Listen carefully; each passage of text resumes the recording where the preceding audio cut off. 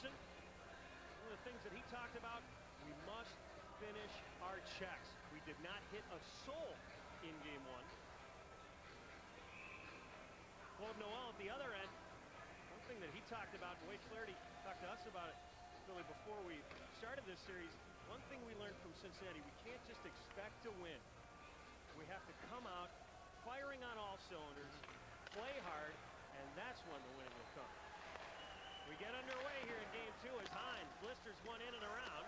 Kicked by Swanson, back of the net. In the corner, it's Healy. Flips on the shelf over to the far side. Swanson has to grab it with a glove. Stewart, they're the only goal for the Wolves in game one. Paddled up the near side, Healy. This one is lobbed into the netting. The officials for tonight. Referee is Brian Pakmara, the linesman Jay Jacobs and Al Stensland. Originally, they had a different group. They had Harry Dumas, who I believe will be the official for tomorrow's game 3 in Chicago. I believe, Judd, I'm not sure if you read this, but I believe Brian Pakmara was the referee for all 4 victories against Cincinnati by Milwaukee in the first round. Well, I did come up here and see one of those victories. That was game 6, and Pakmara did the game, and he was calling everything. Something to watch out if the Wolves do want to play a physical brand of hockey as Defensa comes back and touches. Well, they definitely do, and I like what they did up the start. A set play off the start. They won the faceoff. It would have been icing, but they beat the puck. Eric Healy did through the ring around, and they were able to sustain a little pressure early on. And that's what they need to do. Get it low and take the body and get their chances from that because they cycle it so well. Not that they didn't cycle it last game, but they didn't punish anybody. It was a little easier game, I thought, for Milwaukee, and you can't let that happen because they're a team that loves to freewheel. Foster, his shot is blocked, bounces into the corner for Santala. Near side, high slot Foster. A wrister denied by Flaherty. Corso, near circle now, Multe. Centers, thanks to the far point Foster. The shot deflected again, back of the net Corso. Corso leaves it in the circle. Pipko comes down to help out, and he'll race up the far side. Corso getting involved with Hutchinson behind the play as Pipko races over the line. And he fired it into the corner. He got a step around Foster. The Wolves slide one back into the neutral zone. Wyatt Smith waiting for his team to change. The Wolves also changing up some of their personnel. 18.5 left here in the first, and we're scoreless. The Wolves during the regular season were the best first period team in the league. And if memory serves, Billy, in game 1, that was the first time the Wolves have not scored a first period goal in the playoffs. Wow. They are a first period team. They've been able to get off to quick starts, scoring plenty of first period goals. And here's a couple of guys that really need to get going. If your first line does not, and I'm not going to say dominate, but if they do not play well, then it puts a lot of pressure on everybody else to put the puck in the net.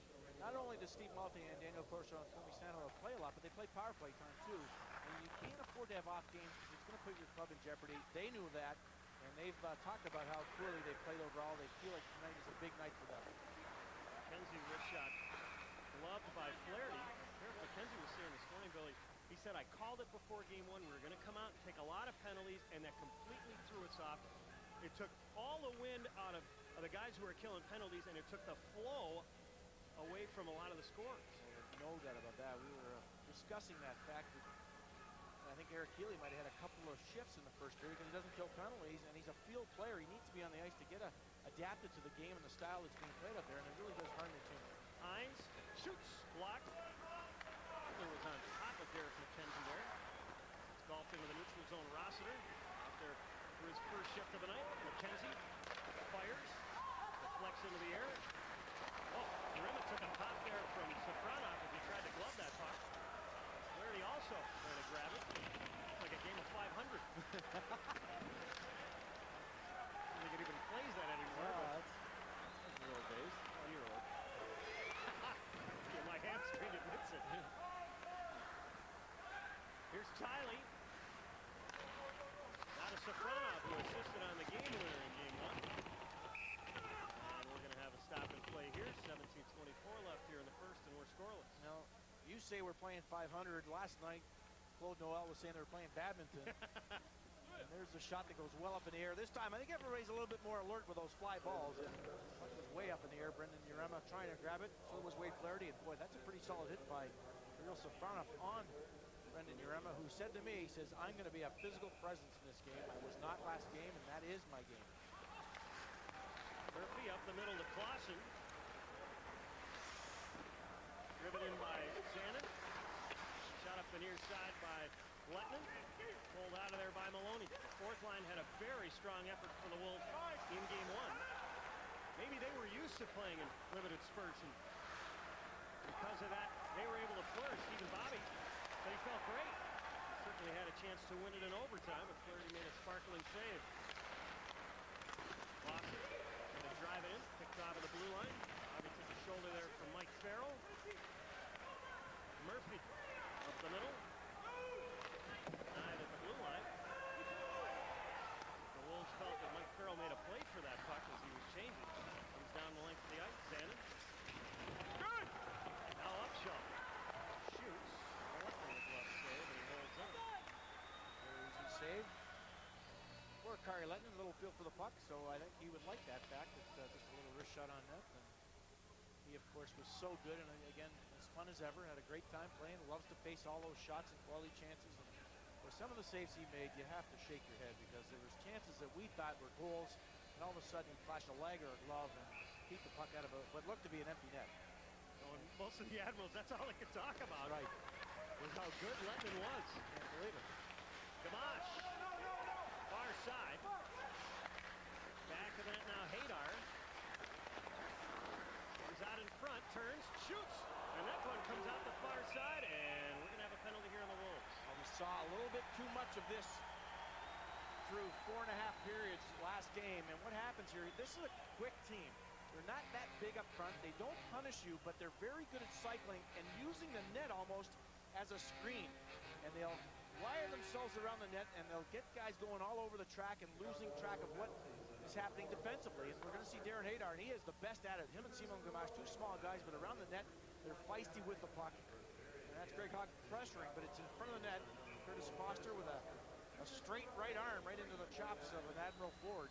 And that's just because of the domination down low around the net. You start running around, you take a penalty. Well, we're going to have an offside here. Neither team able to score on the power play in game one. The Admirals going 0 for 6, and they had considerable power play time in the first. Greg Hoggood getting flagged for a 5-minute major after he drew blood on an inadvertent high stick on Matthew Darsh, and then Zdenek Blotny took a bad penalty and put the Wolves down. Here's McKenzie with a steal. Hines blasts at the length of the ice, and Flaherty had to knock it aside. The way he shoots, he is a threat. I don't care where he's shooting it from. The skipper. Here's Tiley up the middle, sorting it out over the line. Slides it back in the net. Hines brings it around to the point, held in by Murphy. Knocked down by Hines. And coming away is Urema. Held in by Stewart. Stewart in the far corner. Stewart. Finally, Milwaukee gets it back. Minute 19 remaining in the minor to Foster. 15 and a half left here on the first, and we're scoreless. Kirkus ups it and around. On the shelf, it rolls, and it skips by Tiley and out. And he almost fed a pizza there to Derek McKenzie. It's deflected in, and Milwaukee's going to have to change here. Penta a little time and room, and he gave it away up the middle. Murphy bats it into the corner. Penta, try number 2, held in by Murphy again. Penta, third attempt, will drive it down. Third time's a charm. Stay with it, though. Good coverage down low when they did give the puck away a couple times. Staying with it, better concentration. 3 for $1, right? Yes, sir. Canadian dollar. Gamache spilled out in the neutral zone. Hadar looking rink wide. And Stewart will pound it down. 20 seconds left on the Foster minor. Hutchinson back of his net.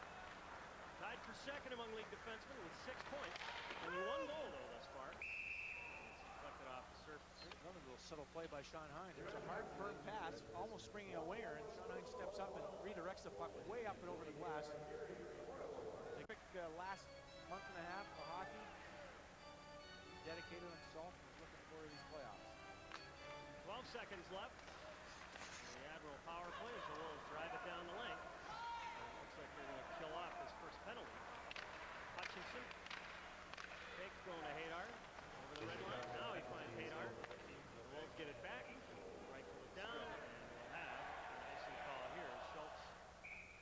don't think that we played good, because we certainly didn't. Our attitude has to be different. Hagen up the near side. Malte springs Corso. We got a penalty coming here on the Admirals. Corso centers, deflected, centered again, fired. It bounces in the air, and Pakmara will blow it down. A Wolves power play when we return midway through the first. We're scoreless. This is Chicago Wolves hockey. Email Billy and me throughout tonight's broadcast at ChicagoWolves@anet.com. That's ANET.com. Just send your comments or questions along with your name and your hometown, and we'll get to as many of those as we can. And the Wolves being pesky and skating quickly into the offensive zone, and that drew some attention. And that's what they need to do, and compete a little bit harder around the net. And because of that fact, Rick Fossum now will sit for a couple of minutes, and an opportunity for the Wolves to get on the board first. Sansela, Malte, and Corso will begin, along with Hines and Hagen on the blue line.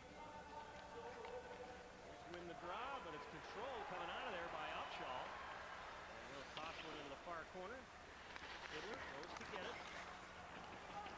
Sansela gets it back. It deflects to Hagen. It was 0 for 5 on the power play in game 1.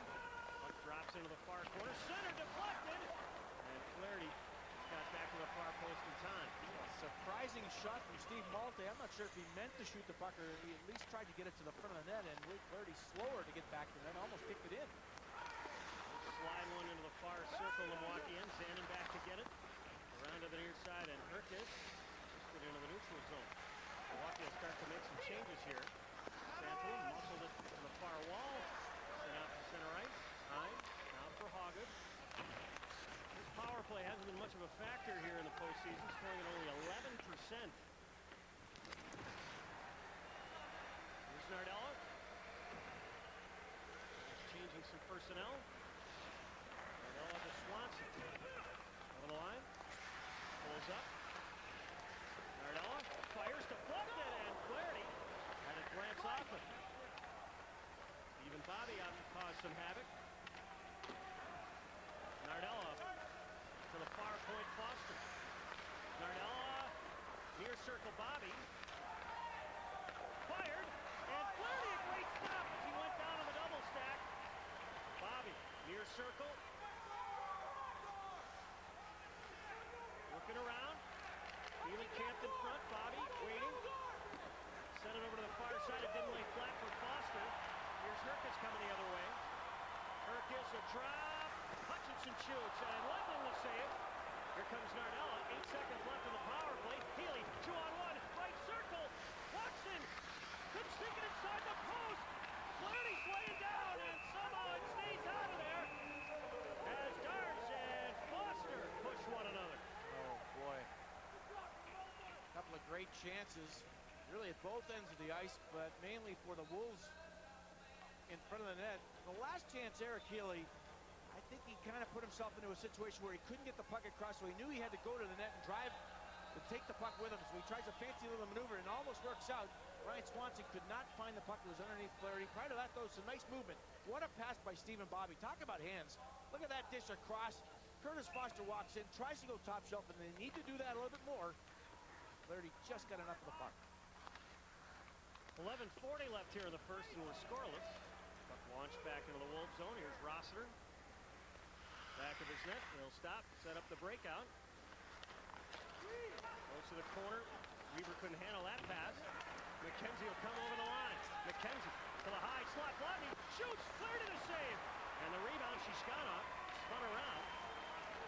Sent out to the neutral zone. Here's Shishkanov. Safronov drives it in. Back of the net. Letman. A miscommunication there between he and Rossiter. And here we go, a fire drill. Near point. Safronov. Near side Smith. They score!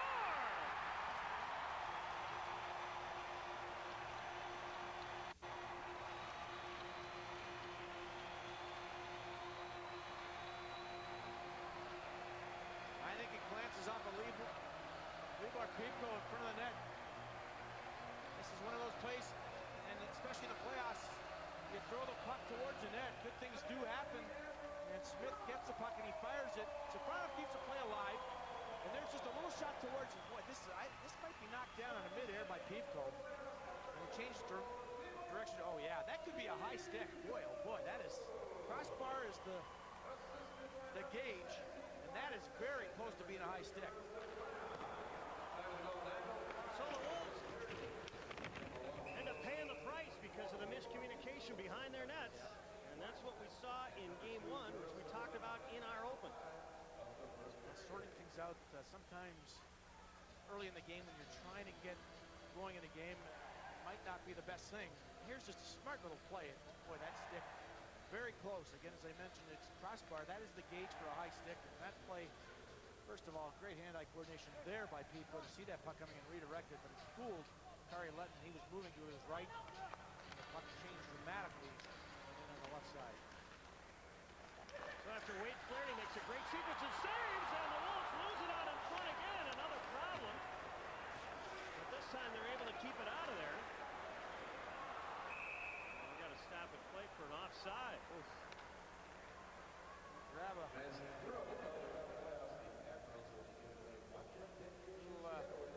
exhale there. Off the face-off. Dump in. It again squirts off Mike Weaver. Goes towards the net. Sean Hines collects the puck, and it squirts off his stick, and there is a huge empty net. Kari Letton does his best to come back and actually tangle up the oncoming forechecker. So that is a big break there.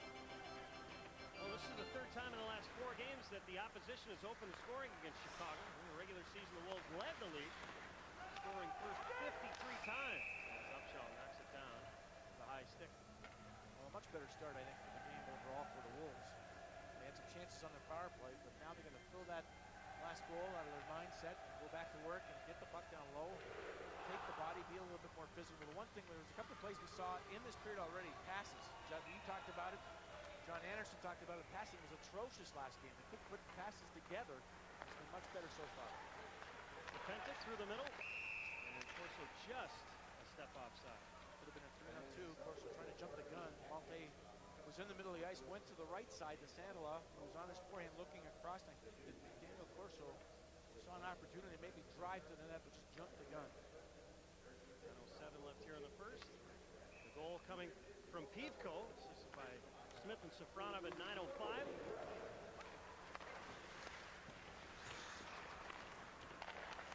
Malte banks it in. Schultz throws it right back out. Nardella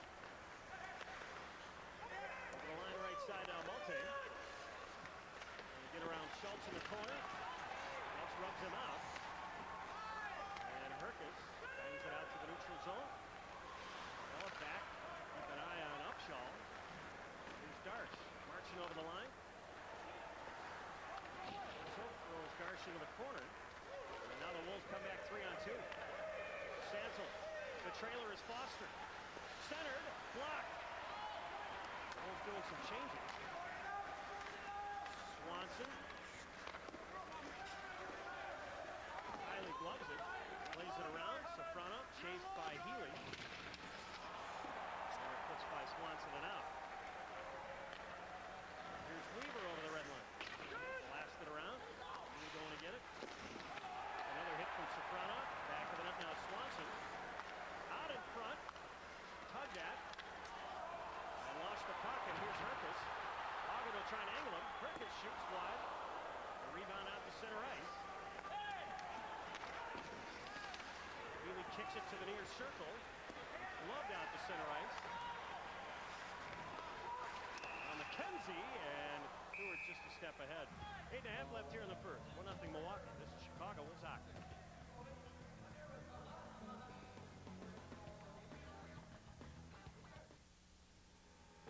If your company is looking for a way to reach millions of consumers throughout Chicagoland, the Chicago Wolves can help you accomplish that goal. With sponsorship and marketing opportunities at the All-State Arena, in the community, and within our unprecedented 80-game television package on Comcast, the Wolves can custom tailor a program at almost any level. So join Chicago's championship team. Call Bob Welch at 1-800-THE-WOLVES. Everybody has a project. For Chris Sheldon, it's the 151-foot Lady Liberty. For A.J. Foyt, it's a 750 horsepower V8 engine. For Bob Vila, it's a 180-year-old Federal-style home. And for Joe Eller, it's a birdhouse. Craftsman has the right tool for every project. America's #1 tool brand at America's best tool store. Craftsman at Sears. Individual tickets for Wolves home playoff games are now on sale. This West Division Final Series will shift to the Allstate Arena tomorrow night for home playoff game C. Face-off is set for 7 o'clock. Home playoff game D will take place this Monday night. That contest will also get underway at 7. For more information or to purchase playoff tickets, visit the Allstate Arena box office or call 1-800-FOR-WOLVES. I mentioned passing, much better for the Wolves, and they've come out of their zone with more authority. And we're going to take a look at a play all the way back in their own zone. Good play by Urema. They're taking a man with them and letting McKenzie pick the puck up, and a nice pass through the slot area. A good shot on net. Almost handcuffs Flaherty, but that started behind the net all the way up the ice. Roster, link wide. Hines throws it in. Roster doesn't keep it in off that shelf. And it comes the other way over Tooney lines.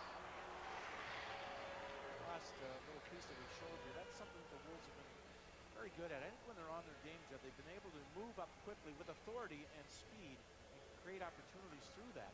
They get into trouble when there's not a lot of room in the neutral zone and they don't make the smart, quick little passes. And that might not have been a quick, small little pass. It was all the way up the boards, but some smart plays by individuals to produce a scoring opportunity.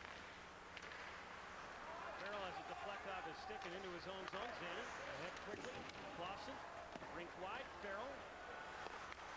He comes out to bang it up the near side. Clausen. And now Hines around to the far wall. Look at that. Puck bounce. Comes out to the neutral zone. Monte was saying this morning, the ice is so bad, it's like the puck is square. Urema, backhand, kick save made by Flaherty. Farrell flips one in. Lettman swings it around. Ogden waits for it. Ogden flipped it onto the Admiral bench. Johnny Anderson this morning said that there's so many ruts in the ice, and they're so big that he was wondering if the ice might be a little bit too hard. A lot of times when the ice is a little bit too hard, you cut back and the ruts occur. Boy, there's a little slew foot by Zanin on Eric McKenzie. Very dangerous play that could have been called. Eric McKenzie in this game so far has had a couple of wrap-ups with Safrana. Really, he's one of the guys to watch after his performance in the first round. Leads the team with 4 goals here in the playoffs, including a hat trick. Game 4 against Grand Rapids. 7.5 left here in the first. 1-0 Admirals. Another kind of crazy goal has been scored by Libor Pivko, but that's part of the playoffs. Can you get those bounces and breaks? Well, the Wolves haven't gotten them against Wade Flaherty. Fiddler coming the other way. It's 3-on-2 as Schultz moves up. Schultz is wide open. The Wolves, though, recover defensively. Schultz on the boards, lost it. Haga. Foster looked back. He wanted a call. Gonna change. Center ice Hadar. Left it for Fiddler. And he'll roll one in. Curtis Foster's yelling there because he felt that he was able to jump. Here's a steal. Hadar centers. Kamash back. And it's fed across the goal mouth by Hadar. Maybe too many passes, but against Kari Lettman, you got to get him moving somehow. The Wolves get it out. Wolves backhand one deep. And we're going to have an icing call here. Well, some pretty plays, no doubt about that. I'm just going to go back to what I was saying. Foster thought he could jump into the play and make it an odd man situation. That's why he was upset that he was pulled down, taking away an opportunity for an odd man rush. At the other end, though, what a pass by Hadar, and Gamache goes right back to him. They get Lettman down and out, and Hadar, I think, did not take his time here. He has plenty of time to corral that puck because there's no real pressure. Hines does not go to him, and the player down, I think Mike Weaver, really didn't impede the puck. The other thing, I wonder if Lettman just got enough of it to make the puck go on edge. There's no doubt about that, but that's what I meant by time. Here's Malte, comes in, and it's sent by Corso into his skates. In the corner, now Corso. Hit by Safrana. Santala knocked down. Pivko moving up as Nardella. Out at center ice, Shishkana. And we'll have an icing call here. Just under 6 minutes left here in the first. The Admirals with a 1-0 lead. This is Chicago Wolves hockey.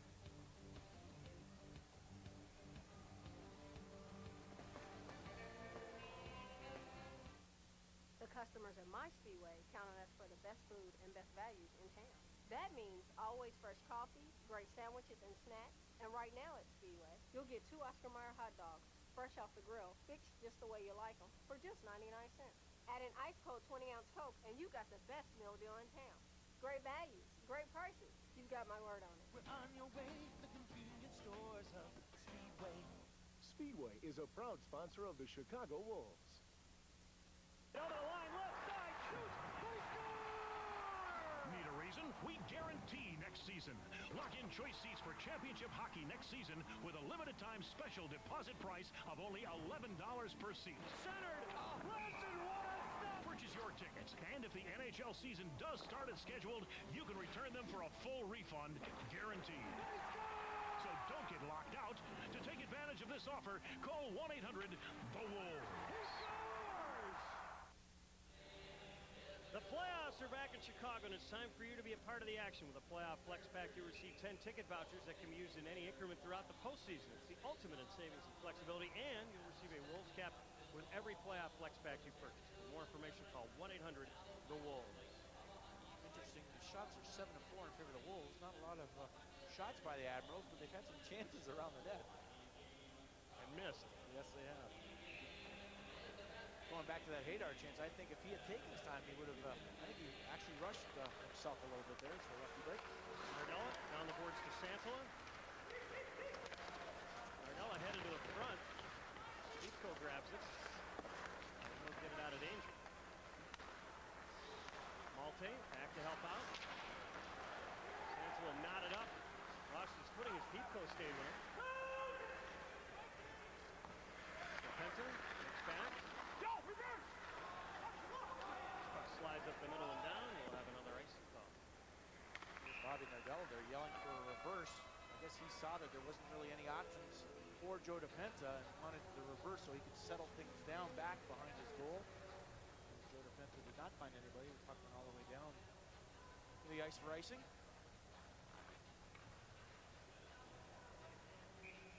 On the far circle, the Wolves end.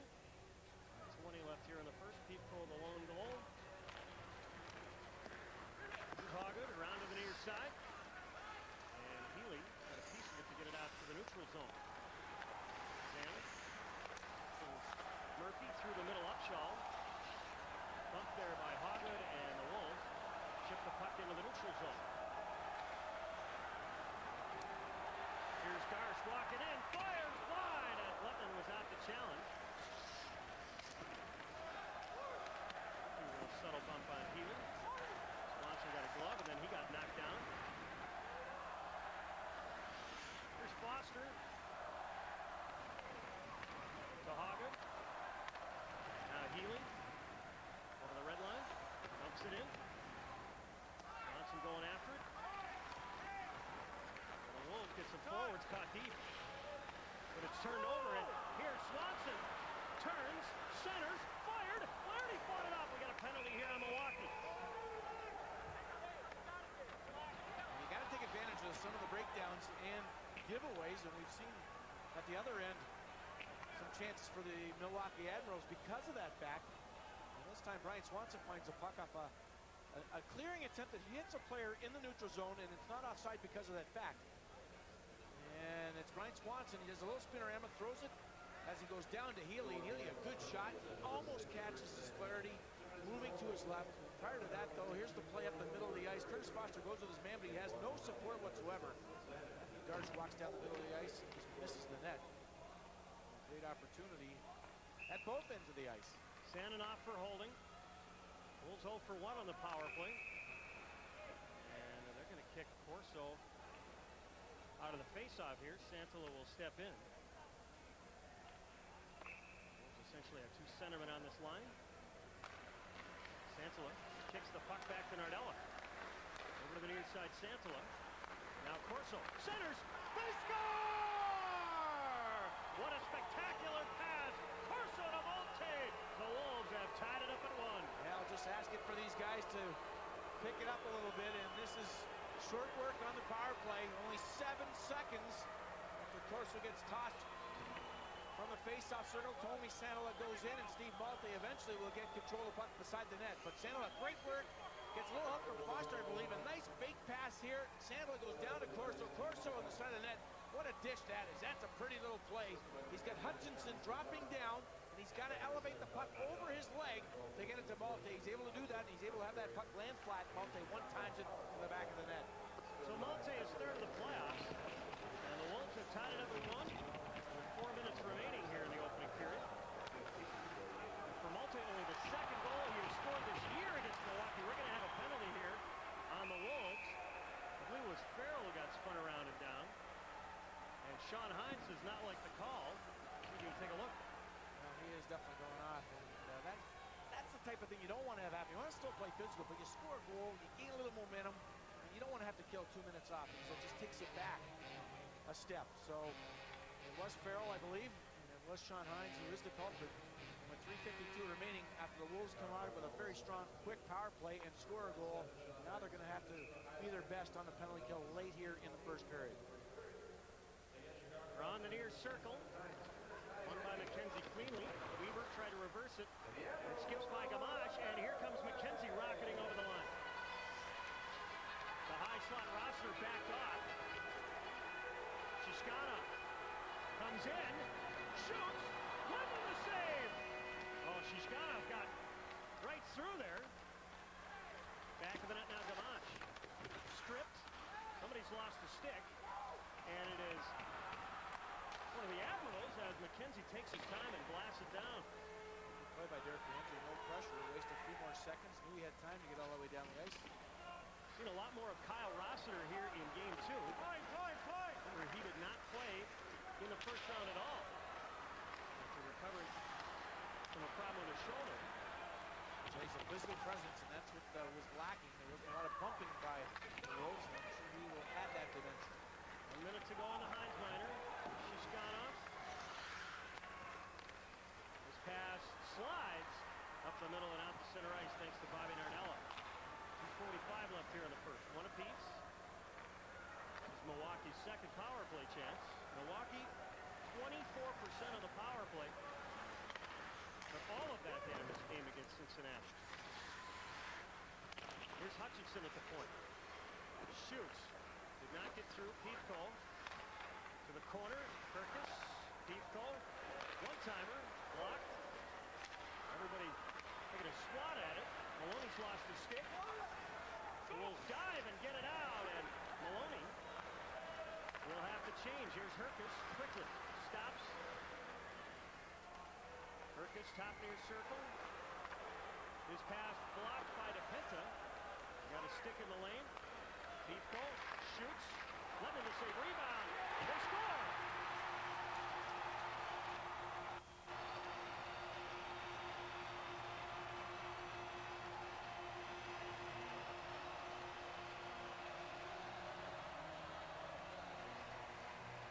Matthew Darsh picks up his own rebound, and that's been troublesome for the Wolves around their own goal. Too many chances, or second chances, third chances. Perkis goes back to the point. Pico's shot gets deflected in front of the net, and Darsh gets not only maybe a piece of the puck on the way by, but he picks up the rebound after Kari Lettinen spots the puck. And I think he does, maybe that shot hits Darsh and actually does not get all the way to Lettinen. That may have fooled Lettinen. And Darsh hangs in there right around the net and holds on. Very good patience. Finds it out on the power play. Just what I talked about, Sean Hines took that penalty, took away the momentum, and now a goal against. So it's 2-1 Admirals with a minute 45 remaining here in the first. Took almost 5 periods to get this many goals in game 1. Here's Farrell. Sends it in. Weaver knocked it out of midair. Here's Healy. Now Bobby. Offside.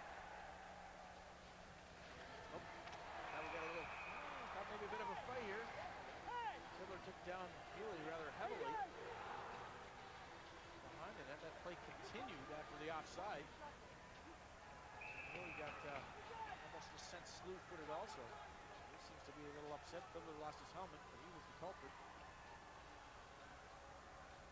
I don't think there's going to be any calls. There is an offside, so the faceoff will come back to the neutral zone. There's Healy, who's getting a little bit more ice time because not as many penalties. A couple of chances so far in this first period. The faceoff will definitely come outside. I don't know why he was lining up. It was an offside call. Started the whole process.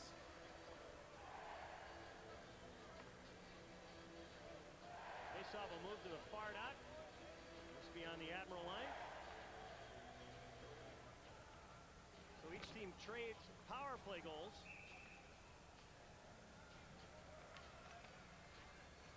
Beefco and Darsh, the goal scorers for Milwaukee. Malte, a power play goal for Chicago. As this is flipped into the seats. Well, during our first intermission, we'll hear from Admirals head coach Claude Noel, and we'll have first period highlights and stats, so stay with us.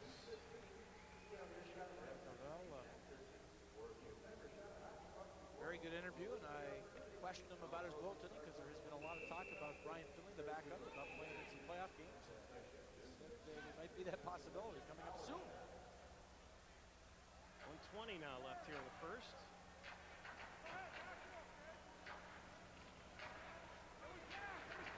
Ryan Pakmara having a conversation with John Anderson about something. This is about who's on the ice. And it's Corso, Malte, and Healy. With Hines and Roster on the blue line. Now Pakmara having a word for Claude Noel.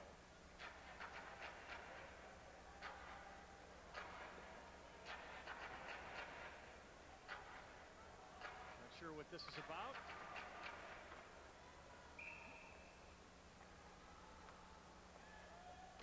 Corso wins the draw cleanly. Hines shoots, blocked out in front. Corso trying to find him. He's the guy that hit. Doing a little shot on Shishkana as the puck rocketed the other way. Smith, now Shishkana. Centered, deflected. Stantzel rejoins his normal line. This is about getting the proper guys on. Smith and Hines having some words. Malte centers. Hines knocked down. We're going to have a penalty here on Smith. And certainly what we've seen early is if you take a bad penalty, it has proven costly. It certainly has, Judd. And this play develops behind, believe it or not, behind the goal of the Wolves. Smith and Hines are talking and are wrapped up. First of all, we'll see the big hit. Well, Hines just missed Smith. But then he gets him right here with a nice solid hit. And the play goes up the ice. Now they talk here. They hit each other a couple of times. And they're way behind the play now. And all of a sudden, Sean Hines is going to try to fool him. He's going to turn it up a notch, try to go in for an offensive chance. Smith pulls him down and draws the penalty. Sean Hines does. So nice play by him. Smith there backpedaling. Had no idea where that puck was. Covering his man. And Hines took advantage of that. Tried to get around him. And he was pulled to the ice. Wolves 1 for 2 on the power play. 48 seconds to work with in this period. Why is Darren Hayter coming over to the box? Who did they call this on? Oh, extra? Or is there an extra penalty? Is it 2 and 10 maybe? It would have to be. The arm through Kesson, I don't know. Back of the net now, Stantzel. Up to Hines. Across to Foster. Back to Hines. Foster. Hines. Out of traffic.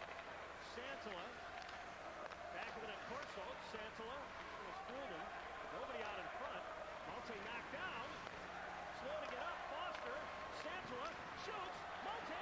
Rolled at the flare. And he holds on. And we'll have to see if Malte got chopped in the slot. I think he did. I don't think it was Upshaw. I thought it was Matthew Darsh. He dropped down to his knees. He was setting up in the slot, hoping for that little soft dish from Sandal on the side. He got hit from behind and dropped down. Puck still eventually came to him. There is the slash from behind in the back of the leg. It might have been Scotty Upshaw. And he was right because he went back to Scotty Upshaw. A little talk and then a cross-check to end on Tony Sandala. Zanin. We didn't see a lot of this in game 1. Frankly, I was kind of surprised. Exactly. Need more of it. Fiddler moves early. 20 seconds left here in the first. Goes on the power play. Torso. Can't fish it out of there. Santala will. Santala. To Corso. Back of the net. Santala. Centers. Flaherty, a great stop out in front. Held in by Hines. 7 seconds left. Foster. Corso. Centered. Corso again. Back of the net. Malte. Wrap around. And Flaherty's going to freeze it.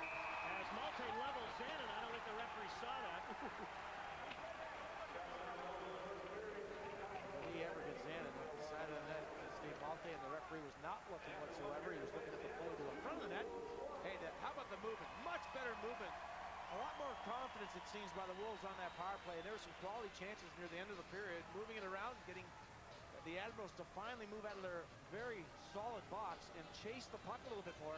There's a great chance by Steve Malte, pulling out of the closeness of the crease to get himself in a position, gets off a good shot. And that's what's so good about Steve Malte. He doesn't stay in the same spot. He moves around a little bit, gets himself in the open, beats Murphy to the puck. Good release by Steve Malte. Flaherty makes a good quality stop at the end of the period. Wade Flaherty was tested quite a bit in that first as we take a look at the scoring summary brought to you by Craftsman. Libor Pivko with an odd deflection scores his second from Smith and Safronov at 9:05. Malte tied it up with his third, a power play goal from Santel and Nardella at 15:48. But Darsh answers on the power play to retake the lead. His third, Pivko and Herkus at 18:06. Shots at the end of one in favor of the Wolves, 13-7. Stay with us. Claude Noel, our first intermission guest when we return. This is Chicago Wolves Hockey.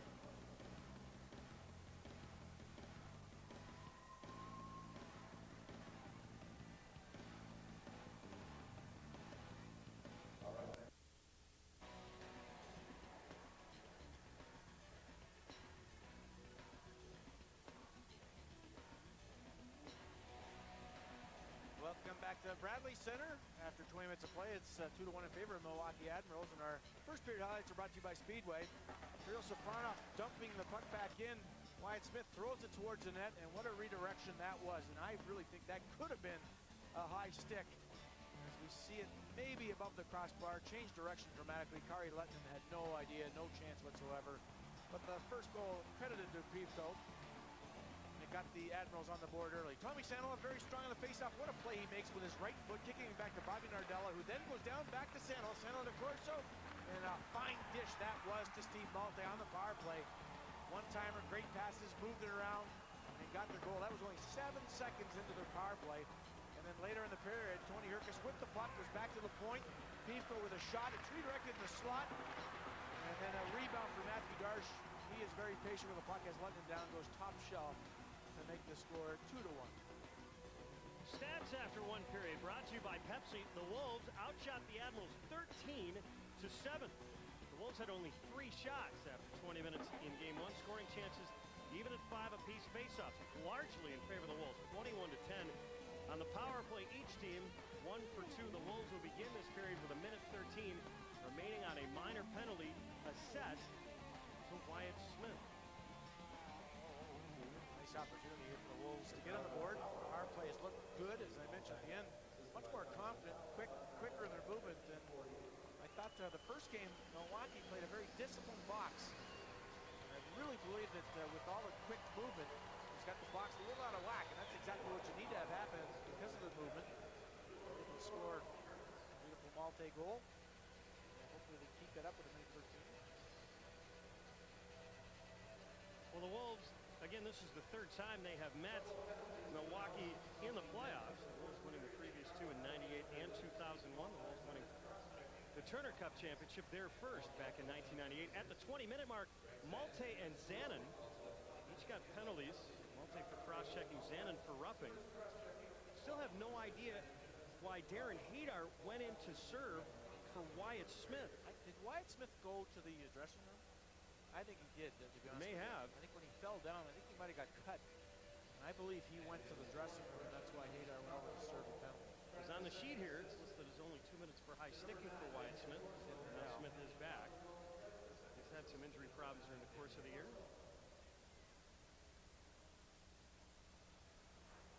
So plenty of time here. Good ice, hopefully, to move the puck around and stay disciplined on this power play. Back to work. Not the game. They did not face a lot of shots compared to the last game. Some of them were pretty good chances against him. A couple of redirections that he had no chance on. Daniel Corso having a strong game too. Corso now with that assist. 1 goal and 5 points in the playoffs. And if he's going, the whole line goes. Oh, there's no doubt about that. Yeah. The speed he has. Shot it into the neutral zone. Here's Nardella at the point along with Hines. Nardella to Hines. Slams it in. Around it comes. Pops into the air. Healy batted it down with a high And Murphy plays it. I thought he played it. I thought he did too, but obviously the official, good position, said he did not. And the Wolves finally touch it, so the faceoff comes all the way back to their own zone. Eric Healy getting involved a little bit more because of his ice time. Power play specialist around the net. Daniel Corso, you know, you brought up a great point. I think I'll get into it a little bit later, but I thought the centermen were dominated by the opposition, and that is a key issue. I think your centermen have to be very tough because they do so much in both ends of the ice. Spoken as a former center. Here's a turnover. And Darce got knocked down by Nardella. He looked back just in case. He's not flagged. Here's Healy. Headman's to Corso. Poke check. Sandler keeps it in. Drives it into the corner. Now Hines. Murphy gets it. And gets it by Hines. Back into the Wolves. Then 15 seconds left on this power play. Hines scoops it up. 1 minute gone by here in the second. In the Playffs, this is where the Wolves have done their best in the middle frame. Only 6-1. Only allowed game Wednesday. Now just out of the box, here's Smith, and it's a 3-on-1. Smith centers, deflected, fired, they score!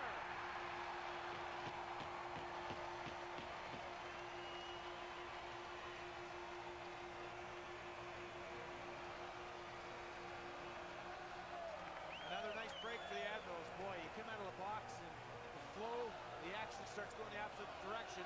And everyone involved in the Wolves offensively did not look back and pick up the men. Scotty Upshall with a little turnaround. He doesn't even know that Smith is out of the box, throws it up blindly. And as he throws up, Smith gets it, two guys go with him. And what a beautiful shot this is. One of the things the Admirals have talked about is Kari Lettinen is so good down low. We got to get the puck up in the air. I believe that's Piefko. He certainly does. He goes top shelf with a beautiful goal on the short side, glove side, top shelf. His second tonight. Seemed like the Wolves understood what was going on there at the time, Billy, with a guy coming out of the box, and it has been untimely decisions. It's proven costly. And the Admirals have solved Kari Lettinen tonight. Looks like Piefko hesitated there, as we have a delayed offside. And it forced Lettinen to make an extra move. Yeah, to be honest with you, I thought they put themselves in a poorer position. They held on a little bit longer, and they finally got the puck over to Piefko, and I thought with his angle, we could still see the skate marks. I thought he put himself out of a scoring opportunity. They couldn't pass the puck, but Lettinen did go down early, and he picked that shot. An offside here. That's one thing, Judd, about Europeans that I've noticed over the years, and I played there for a number of years, is they are very good at those top shelf shots. The lower shots they don't have, but the top shelf, boy, can they ever pick their spots. That was huge. Talking to Peter Horacek, the assistant coach of the Nashville Predators, about Libor Piefko, they said when he got called up, he just looked out of sorts. And because of that, they were giving up a ton of offensive chances when he was on the ice. And Barry Trotz was reluctant to play him. Come the Admirals again. Piefko. Right circle. Center. Foster drags it out of there. Still plenty of time. For the Wolves, in the last game of the regular season here, we're down 3-1 in a game in the third period. Came back with 5 unanswered to win.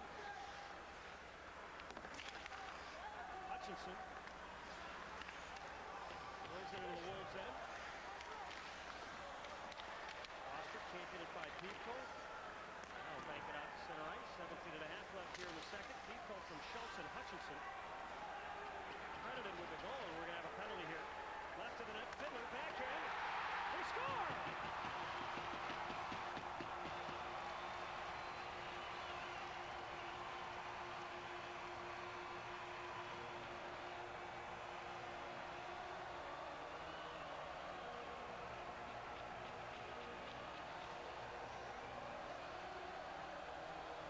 Vernon Fiddler with a strong move to the net. I'm not sure if we're going to be able to see this, but Derek McKenzie was chasing Hutchinson all over the ice, breaks his stick.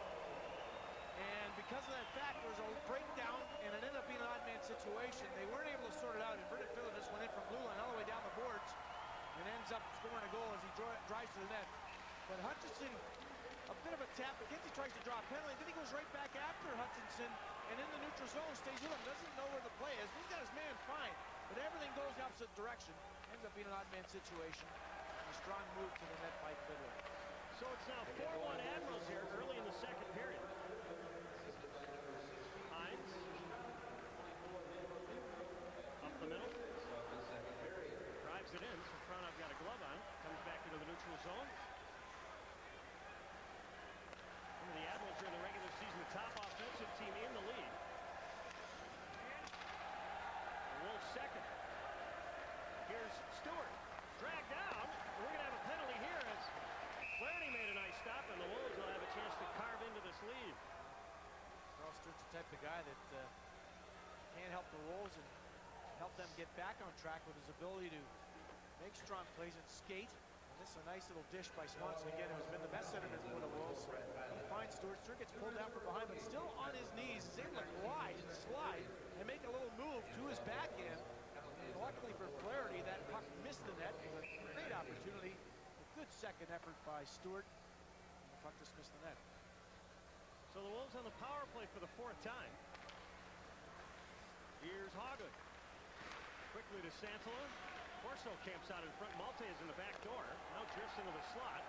Corso. Foster camped out in front. Foster shoots. Blocked. Back of the net. Centered. Blocked again. Hagen directs it over to the far point. Santala. Malte. Foster cheats in. Hagen wide open. Fires. Just wide. Foster.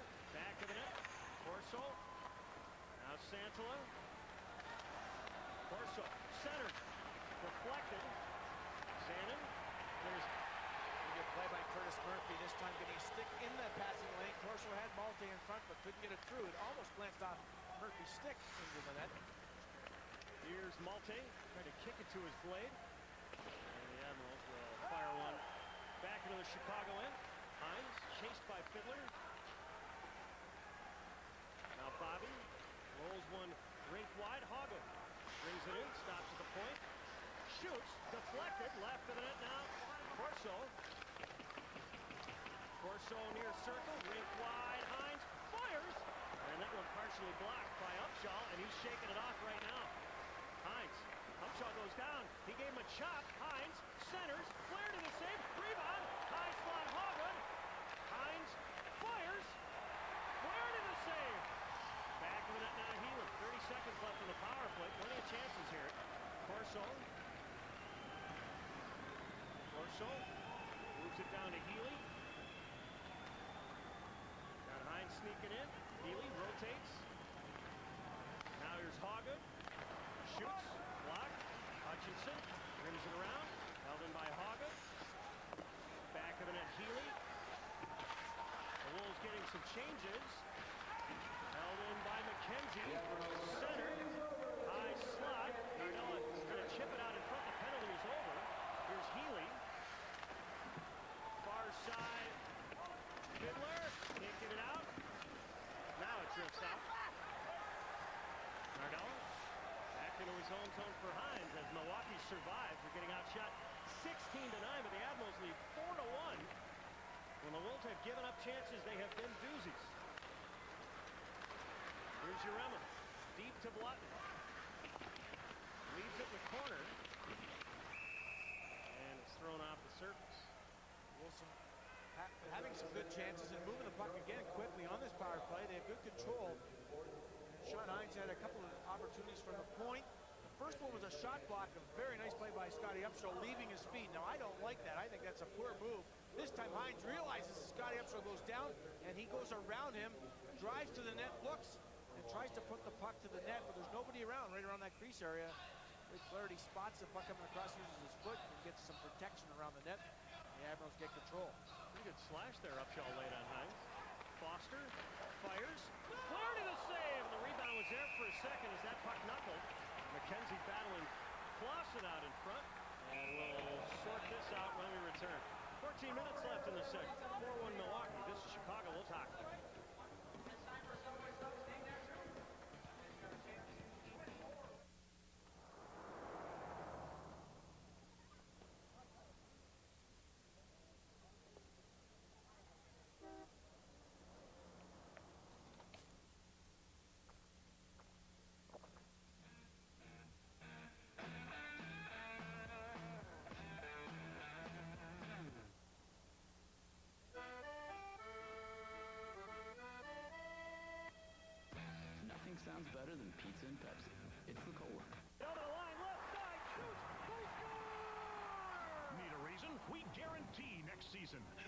choice seats for championship hockey next season with a limited time special deposit price of only $11 per seat. Centered.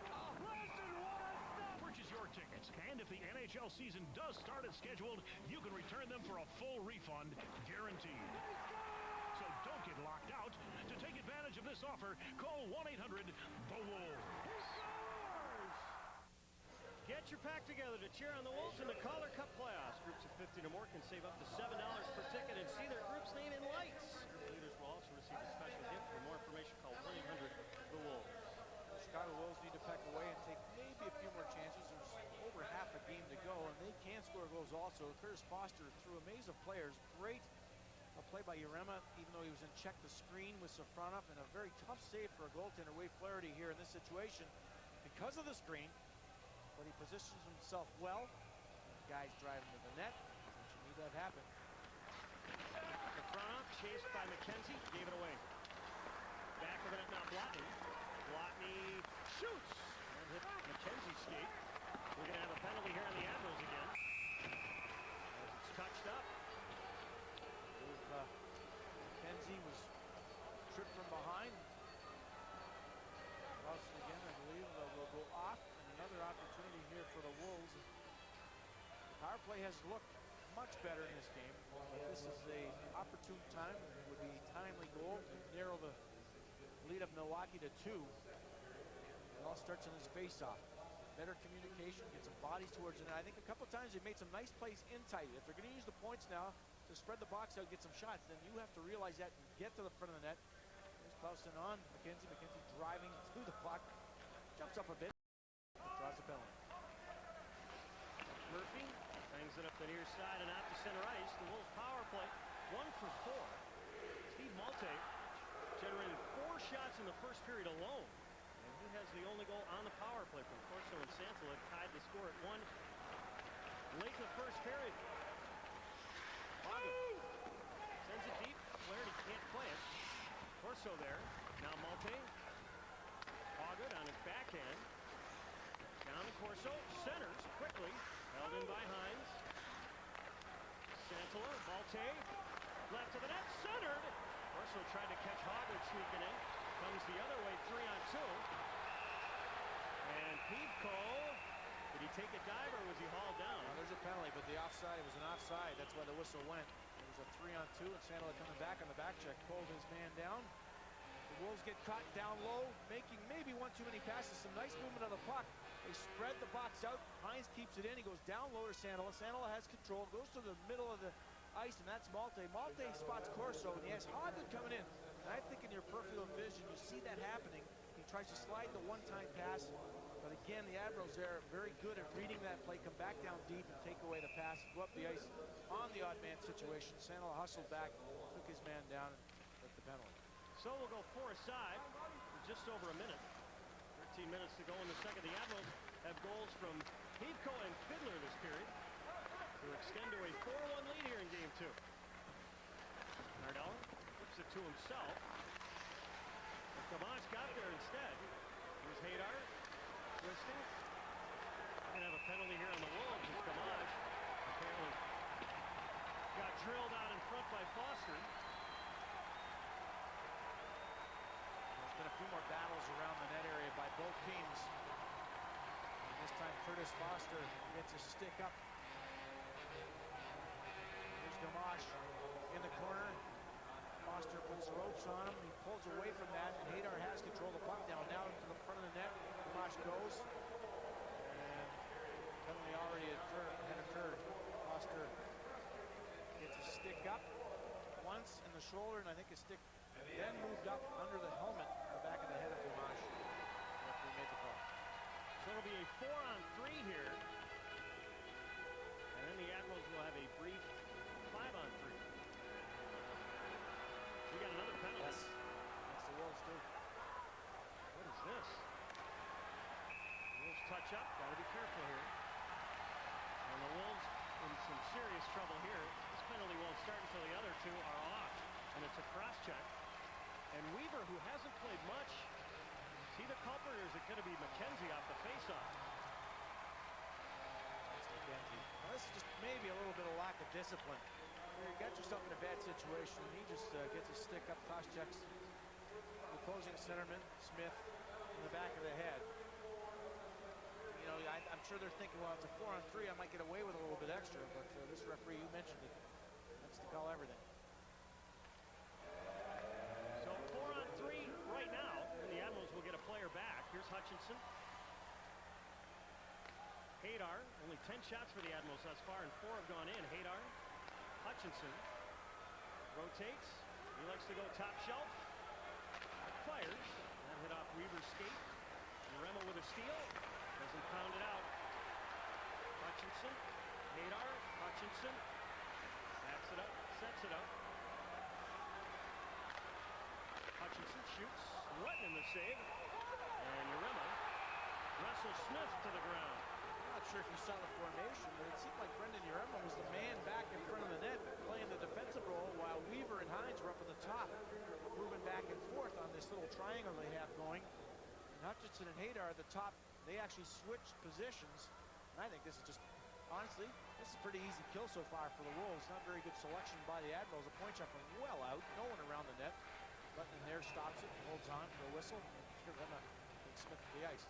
Wolves win the draw. Nardella up the boards and out to center ice. Here's Swanson. Hogwood sneaking in behind him. He'll break off, and Swanson will hold on to it along the near side. Swanson back out to center ice. It's a 5-on-3 now. Wolves right foot down, gloved by Flaherty. 33 seconds left on the initial penalty to Sansela. Remember, the penalty on McKenzie won't start until he leads.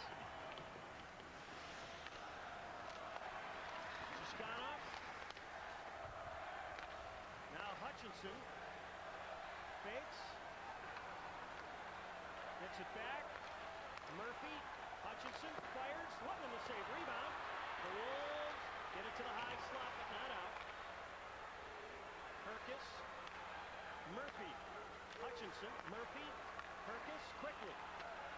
Hutchinson backs it off. The first penalty to Sansela is over. Hutchinson fakes, shoots. That hit a skate out in front. 10 seconds left in the Foster minor. Murphy, Hutchinson, Lutman the save. And the puck squirts to the corner. Foster out of the box, so it's a 5-on-4 as it's coughed up. Foster, far circle. Couldn't hold on to it, otherwise he and Urema might have had a chance there. 1:20 left on the penalty to McKenzie. Shishkanov, offside. A little extra move to the blue line. So far, a very good kill by the Wolves. They're strong in front of their own goal. And I'm not sure what you think, but the shot selection by the Admirals is not very good. And that's because there was 3 Wolves in the middle of the ice surface and pushing everything to the outside and doing a great job of it. And Hutchinson's a guy they want to shoot the puck, but he's shooting from way out. There's not enough in front of the net to really do a lot of damage. Some good blocks there by Greg Hoggood, like Weaver, and then Kari Lutton, of course, on a 5-on-3 situation. The goaltender has to be as sharp as possible. So far, so good. A minute 12 remains, and McKenzie's coming, but the Wolves doing an excellent job here in a dire situation. Wolves penalty killing coming in 88.5% here in the playoffs. Hines smacks it out to center ice. Left by Kiley. Kiley up the middle. In the corner, Gamache leaves it for Hadar. Back to the point of Pifko. He has 2 of the 4. Kiley shoots wide. It's up. Rebound Gamache. Pifko, Kiley, rink wide. Gamache. Hadar circles, shoots. Lutton kicks it over to the far side. Wolves try and force up high. 2-on-1 down low. Hadar lost the puck. Stewart can't get command of it. Oh, back of the net. Gamache got drilled by Hines, and Hines will come the other way with Stewart. Stewart over the line. Into the slot, lost the puck. Smith almost walked right back into the trap.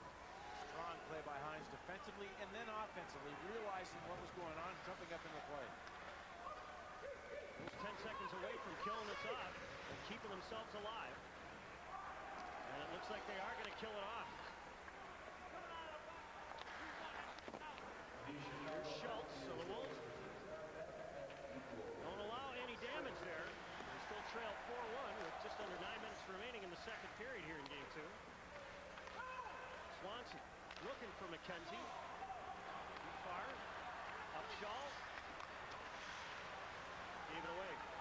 Swanson backtracks. He's having a problem with that puck. Capenta helps him out. Doesn't see a play. He'll chip it in. Chip back the other way with the Wolves changing. Upshaw. Shot it off the side of the net. And then one of the Admirals goes crashing into the net. Are we going to have a penalty here? 8:20 left in the second. 4-1 Milwaukee. This is Chicago Bulls hockey.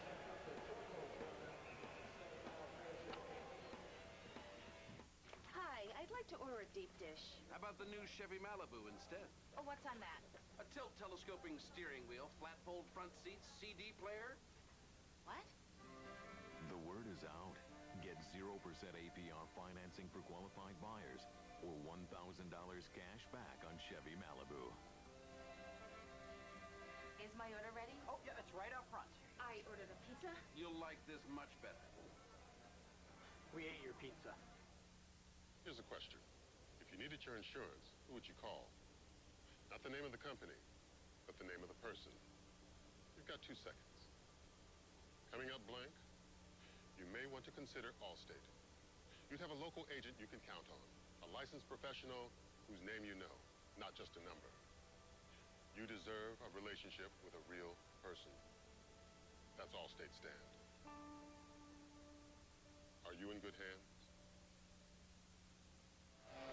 Enjoy some outdoor fun with hockey's best booster club. Join the Wolfpack for their 10th annual picnic on Saturday, August 28th at Harms Woods in Morton Grove, and enjoy food, fun, and games, rain or shine. Proceeds will benefit the Dan Snyder Memorial Fund. For more information, log on to ChicagoWolfpack.com. There has been a parade of Wolves to the penalty box, and another call, and this one very suspect.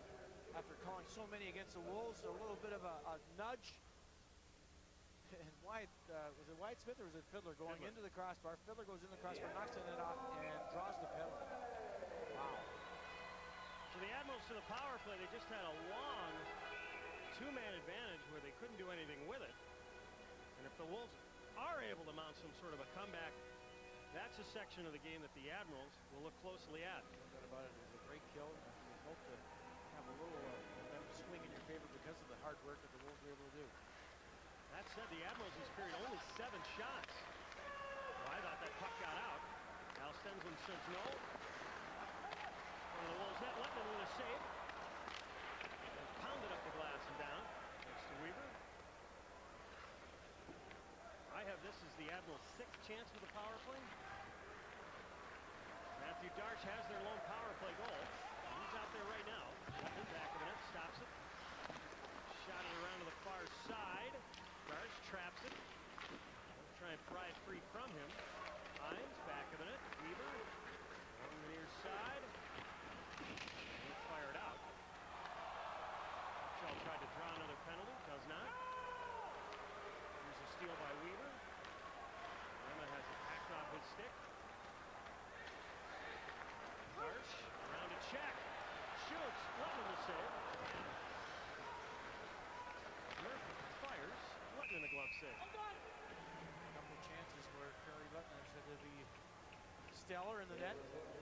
Last one by Matthew Darche, finding a seam through a lot of traffic, but still able to handle the puck. He starts off right at center ice, moves in. Hines with a poke check, but misses. Stewart to his right, and Darche goes all the way down. He's in tight, but a good stop by Lettman. Prior to that, a nice little play to the front of the net.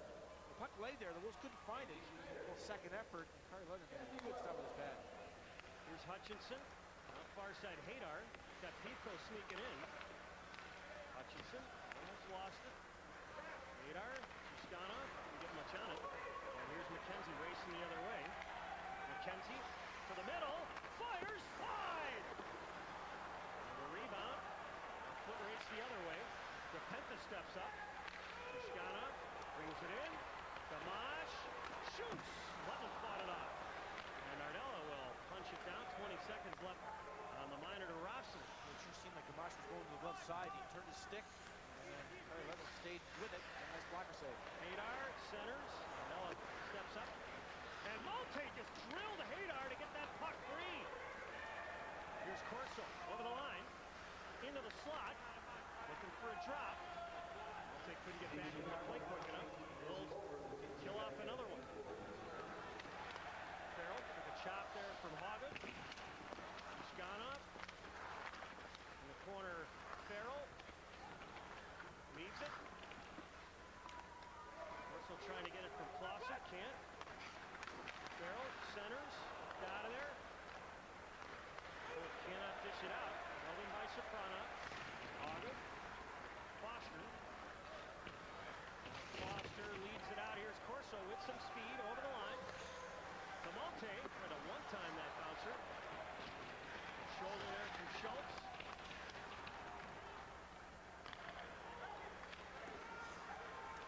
Swanson frees the puck. Malte. And a lead from Stewart. Intercepted. Weaver. Tracks it down.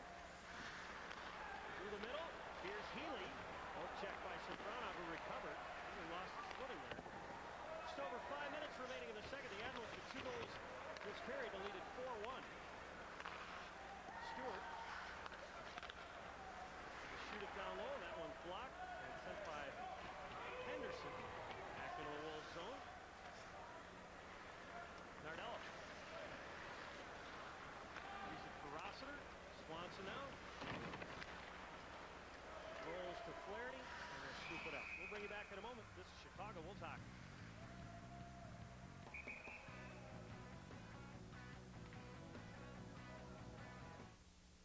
How are you, Dr. Bello? Before there's money, Fine. there's work. Morning, who's first? Okay. No problem, don't you worry about it. We get it all the time. I'll have you out of here in a jiffy. Okay, thanks, you're done. Has he adapted well to urban life? So, what are the symptoms? Hey, he's got a little spunk in him, doesn't he? What can I do for you? Come on, buddy. Oh. LaSalle, the bank that appreciates your hard work.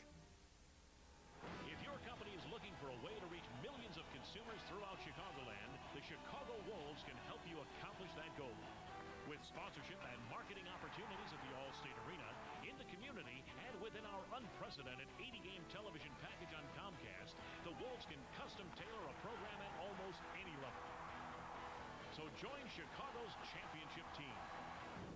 Call Bob Welch at 1-800-THE-WOLVES. Looking for all the latest Wolves playoff news?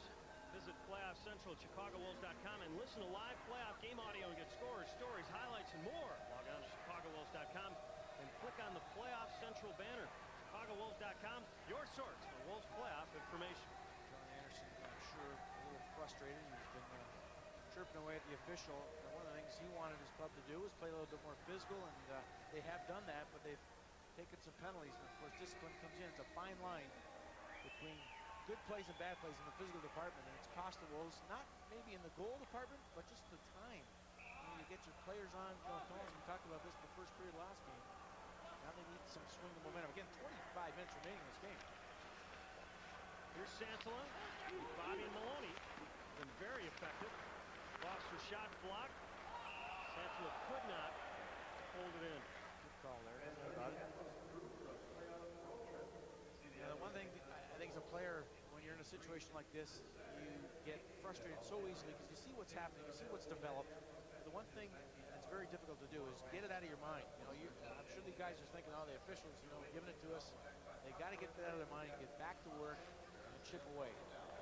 One thing we have not seen is any sustained forechecking from the Wolves. Maybe this line can do it. Right now, though. That's true. Nardella, chased by Shishkana. Pass to Bobby. Dribbles down the length of the ice. There's nothing wrong with an icing. It's not the play that they wanted, but these guys, as you mentioned, played a very strong game. Maloney and Bobby, and somewhat of a backup role, and probably deserve to play a little bit more the way they did play. They need to continue that. Even if you get a couple of minutes, if you can get the puck deep and use your body like they do, and spur the group on, the rest of everybody, seeing how they're competing. McKenzie wins the faceoff from Fiddler. Rossiter. Puck would roll for him. Center, deflected by Letton. Pounded back on into the neutral zone. Got an offside here. Tyler didn't wait long enough.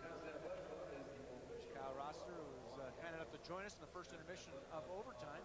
Did not play very much. When you don't play a lot, it's very tough, especially now, playoff time, to get back in and feel a part of the team, first of all, and really have a feel for the game. The intensity level jumps up. You haven't been used to it. And John Anderson here now in this game is giving him a few more shifts. I'm sure they're going to score 4-1. Wants to see a little bit more of him. McKenzie wins another faceoff. Slides it in, doesn't get it deep. And Tyler will bang it just out to center ice, cut off by DePenta. Blotny shoots. Very glove save. A subtle bump there by McKenzie. As Safronov gets involved with Blotny out in front. I think only one guy's going off here, Doug. With 15? It's his 15 light.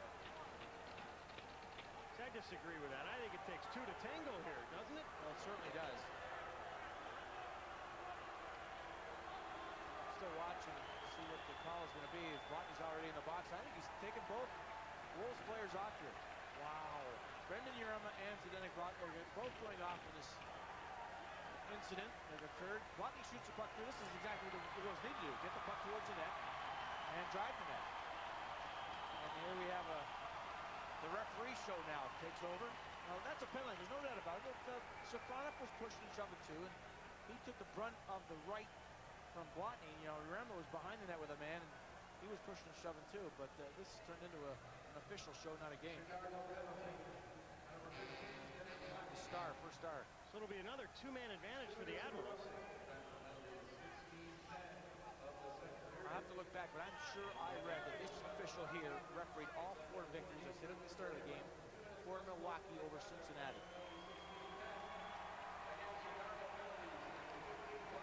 So it'll be a full 2-minute, two-man advantage.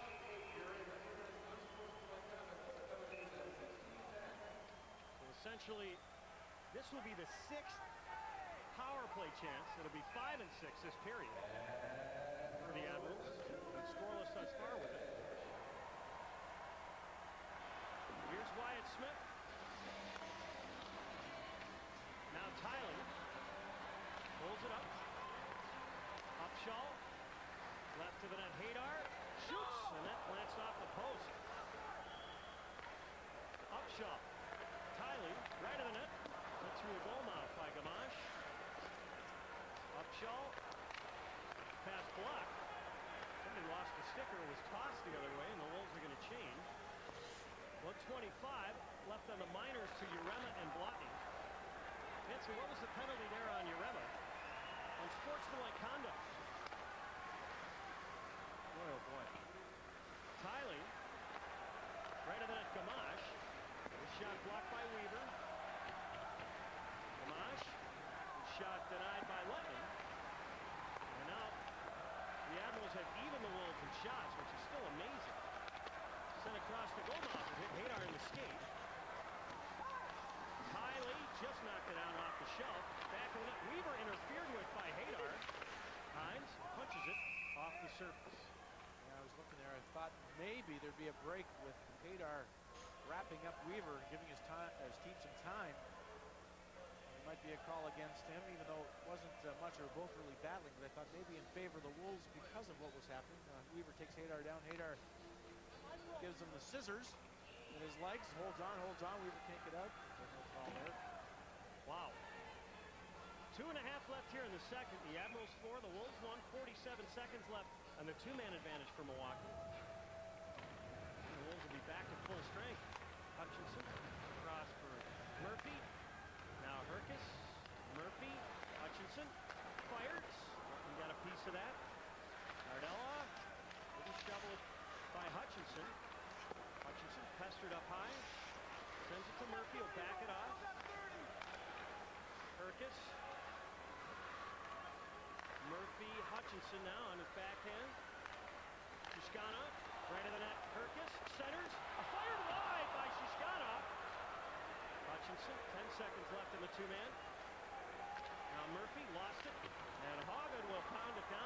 like the Wolves are going to kill this off again. Spectacular penalty killing. Maybe not as much urgency by the Admirals, but they had their chances, especially that last one. She kind of has an empty net and just stands on it. This should be icing if defensive can get to it, and it is. Quite a flurry. It's an excellent penalty kill. At least the Wolves are really working on one aspect of the game, and they're getting it down. A couple of plays to the front of the net. Now, a lot of fan shots by the Admirals. Darsh missed one there, and there she's kind of. All he has to do is really redirect it. I'm not sure if Nardella got a piece of the shaft of his stick when he was shooting, but it seemed like it would hamper too much of his follow-through, and it seemed to hook a little bit. Here's Corso in for the face-off. Fiddler already kicked out of there. Here's with another draw. Rossiter fires. Nobody out in front. Flaherty makes the stop. Beefco shovels it in. Rossiter on the far side. Chancellor took a run at Farrell as the Wolves guide one back into the Milwaukee zone, and we'll have an icing call here. During our second intermission, we'll get some thoughts and insights from the team about facing the Admirals here in the division final. We'll have scores from around the league, and we'll have second period highlights and stats. So stay with us. We'll talk to John Anderson about the adjustment play in Milwaukee. So it is very different playing this team versus Grand Rapids. But overall, he felt like the team was just not recognizing certain situations. And this is stuff that they've gone over for the last 2 months, just here in the playoffs. Fiddler lost his footing and the puck. Santala drops it for Malte. And he comes. He has a lone Wolves goal. Foster right of the net. Now back of the net. Santala crashing for that puck. Malte pulls it free. Santala fires wide around to Hines. Bouncing. Malte. Corso. Malte fires wide. Fiddler drives it down. And there's a race for the puck. Hines will get there ahead of Henderson. 29 seconds left here in the middle period, and Hines will have a word for Henderson.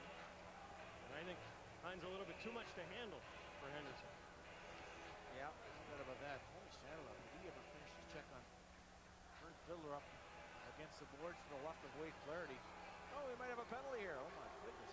For what? Hey, Henderson's going off. I wonder what this is. Unsportsmanlike. Unsportsmanlike.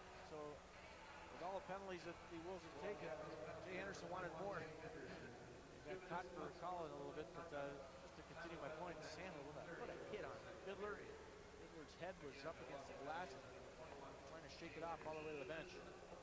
29 seconds left to work with in the power play. This will be the Wolves' 6th chance on the power play. Another draw won by the Wolves. Here's Hines to Healy. These guys haven't played much. Nardella shoots, deflected over to the near side. And Smith will march the other way. Pulls up, sends it deep. 12 seconds left here in the second. Hines. Soft pass that goes along the near side, and that will do it for the middle period. A very damaging period. The Admirals scored twice and could have scored a lot more had their power play done any damage. Got Sean Hines gimps off the ice. Going to test things out along the far side before he heads off. Hopefully that's nothing serious. Scoring summary brought to you by Craftsman. Libor Pifko, the recipient of a pass after the Admirals had just finished serving a penalty, his third, from Shelton Hutchinson at 1:23, and then Fiddler, a nice backhand over the far post, his first. She's gone up to Pifko at 2:36. Shots at the end of 40 minutes, not indicative of the game. 21 apiece. The Admirals 4 and the Wolves 1. Stay with us. We got a feature when we return. This is Chicago. We'll talk.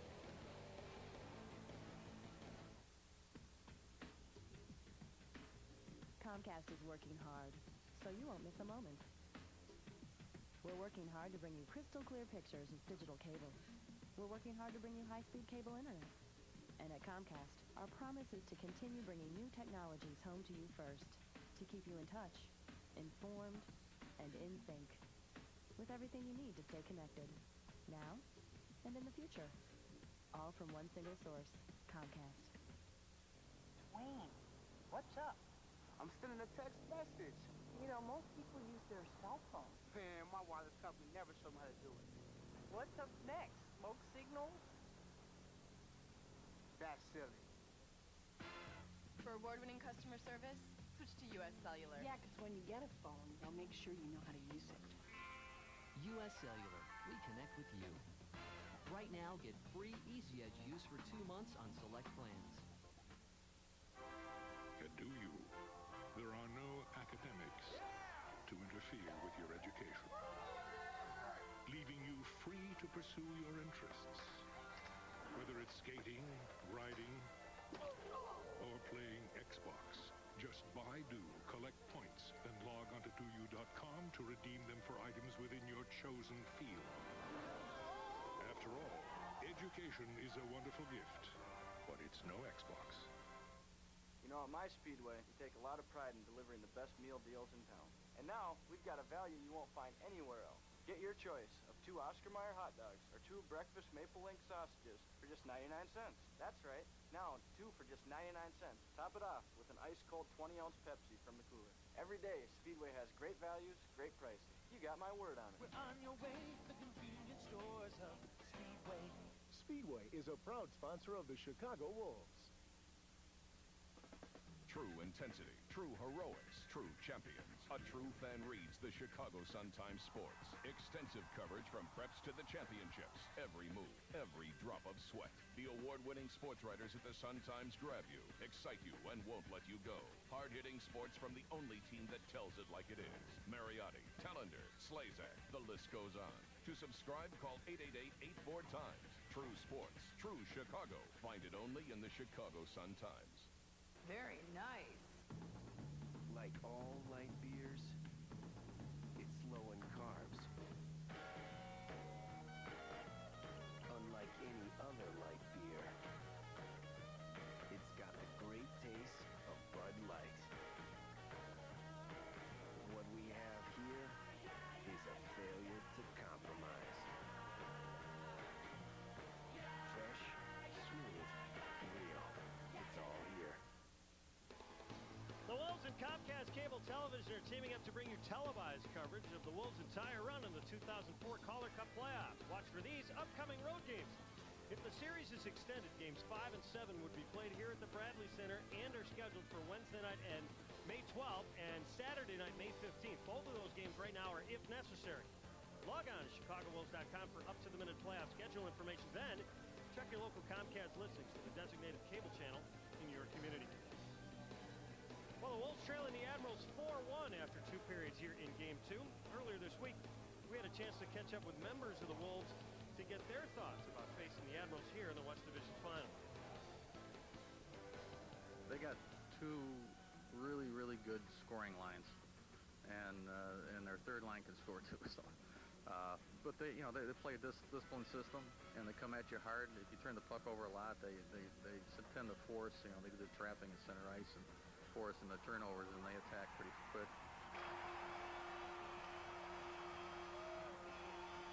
Their defense, is one of the best in the league. They move the puck well. They're mobile. Murphy especially, Tiley. I mean, all these guys are really good quality guys. So it comes down to at the end of the year we started playing more like a team, and you definitely have to support the puck and play like a team against those guys if you want to compete. Out in front, London to save, they score! Well, they're an offensive team. They got a lot of guys. We trade small. They got, Vern Fiddler. They got a few guys over there. Haydar can put the puck in the net. And, I think, like we said in the last series, our biggest thing was we tried to keep the puck out of our zone. The D did a good job of getting it out, and the puck was in their end most of the time. So, with any team, no matter how offensive you are, if you can spend time in their zone, then we should be all right.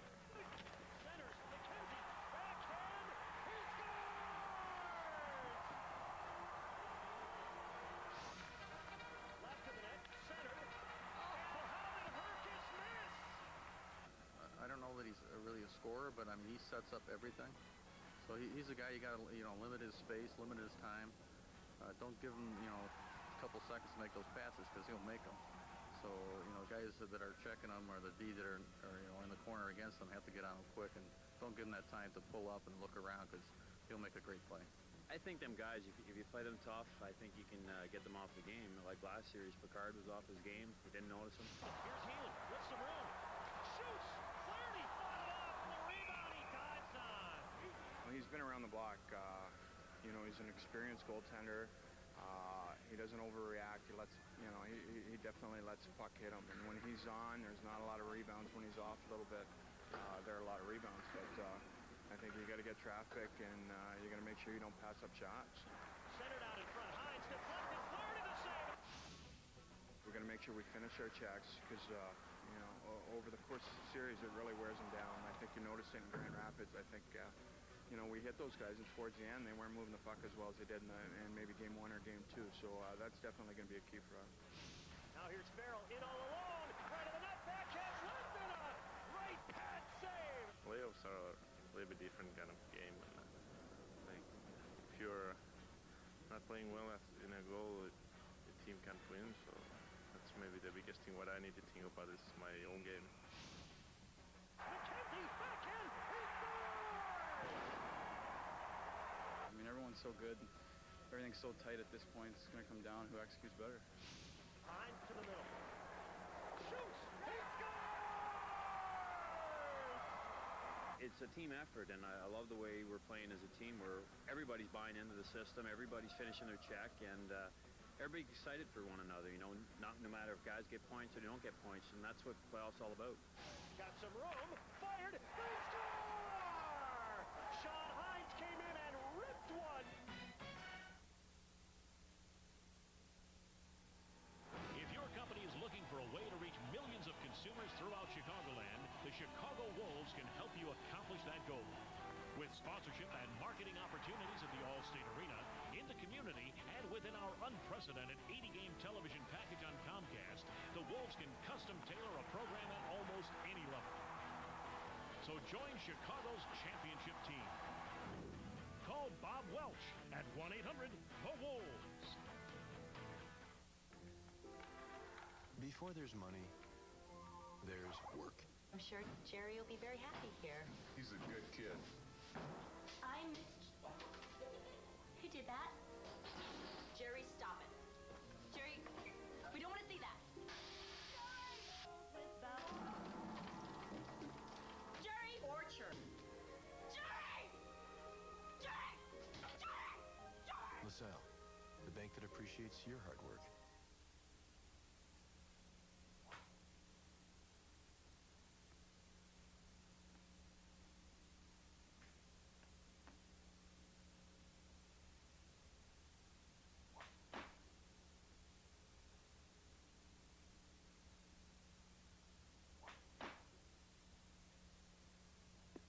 The Chicago Wolves.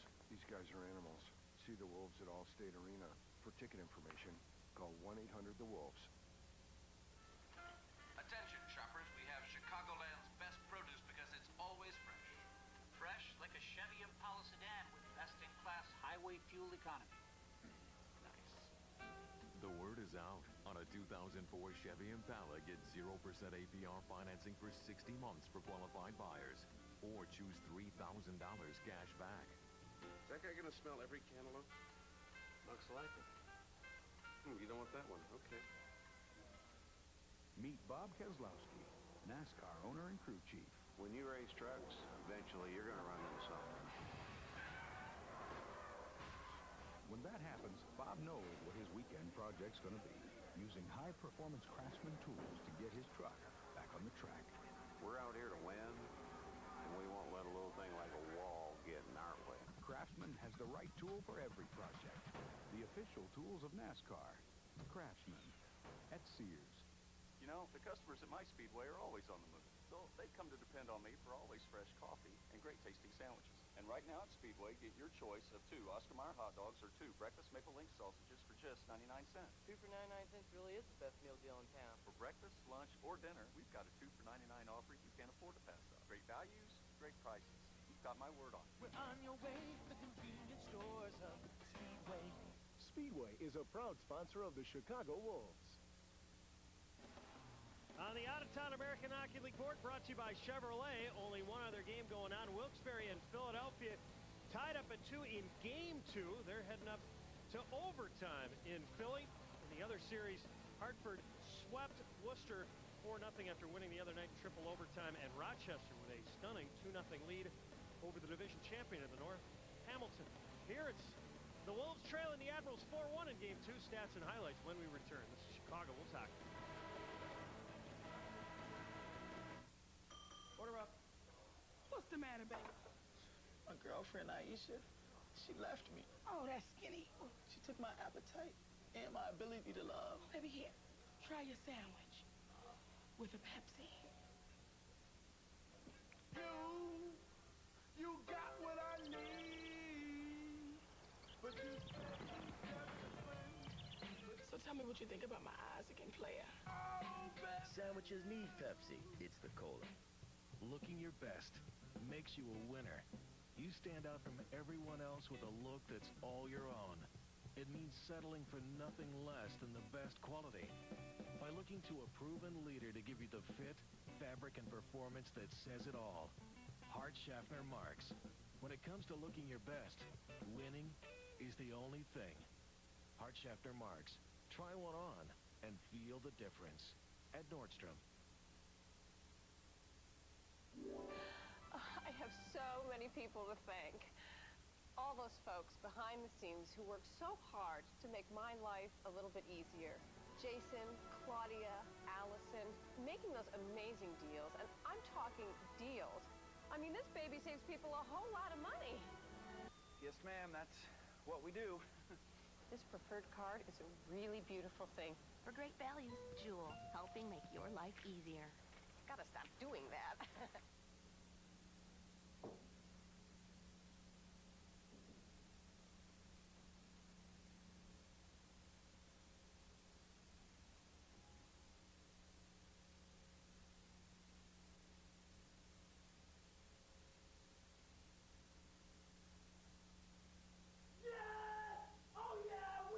Chicago Wolves.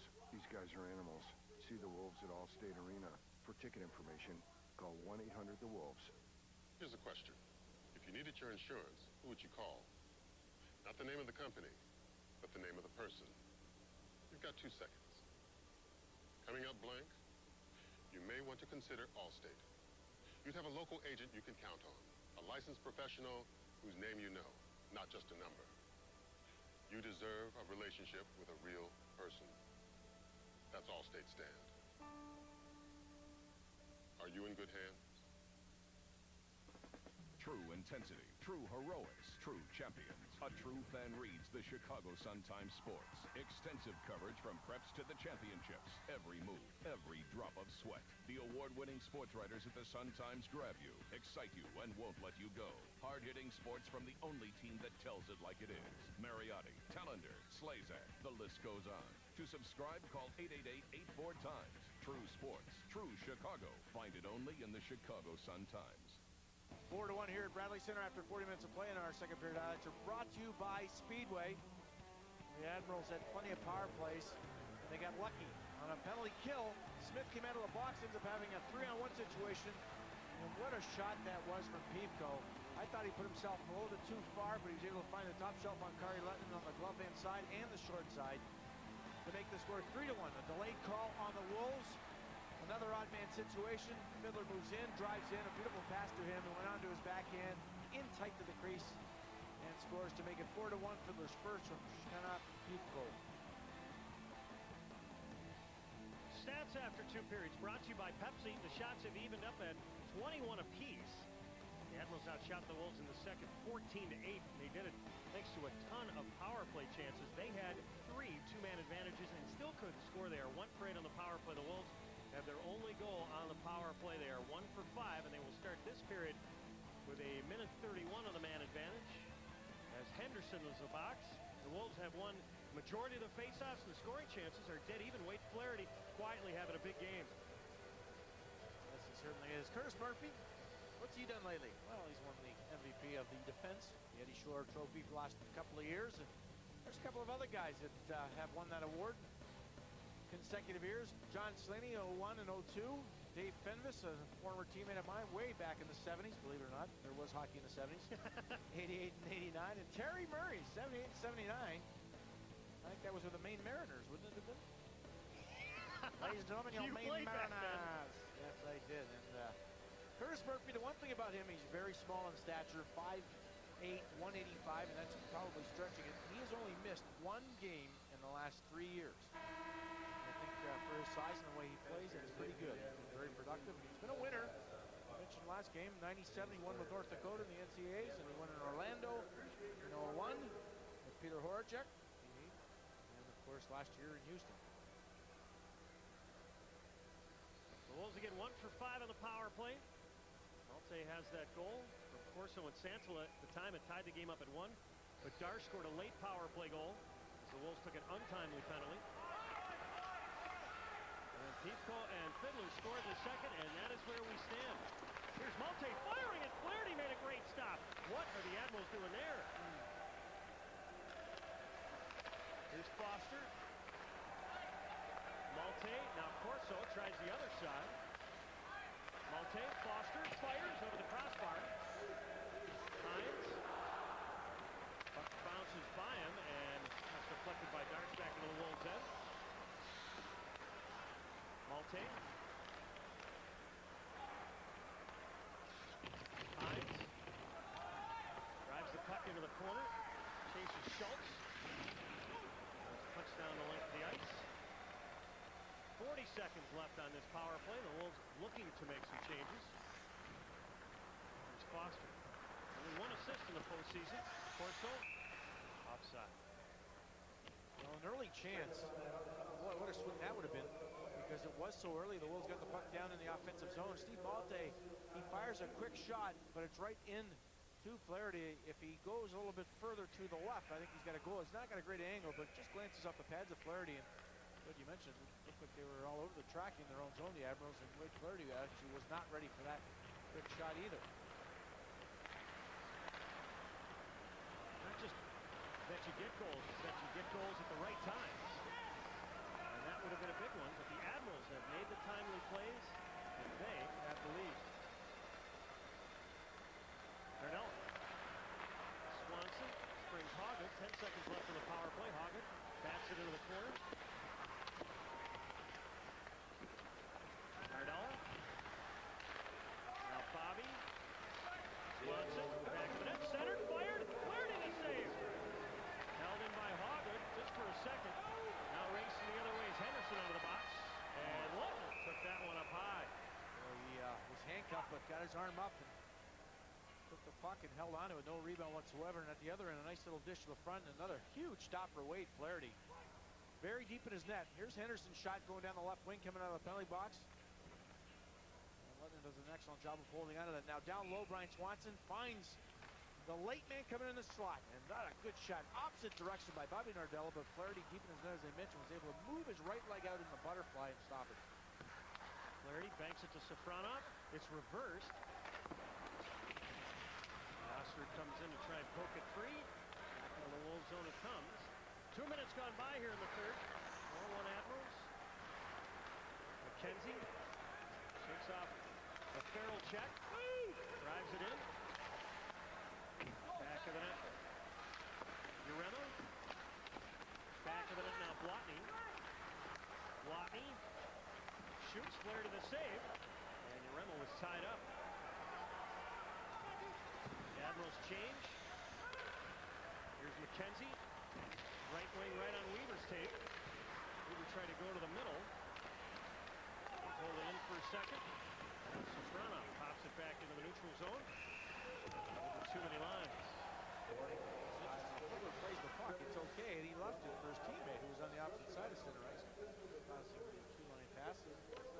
With a 3-goal lead, it's interesting, I think, early on here already to see what's developed. And it seemed like, there was a one chance out of the box by Henderson, but the Admirals have stayed back a little bit more, played a little bit more defensive in their own zone. The Wolves are starting to come on a little bit, and that is what they need to do. No matter what happens, you got to win 4 games to win a series.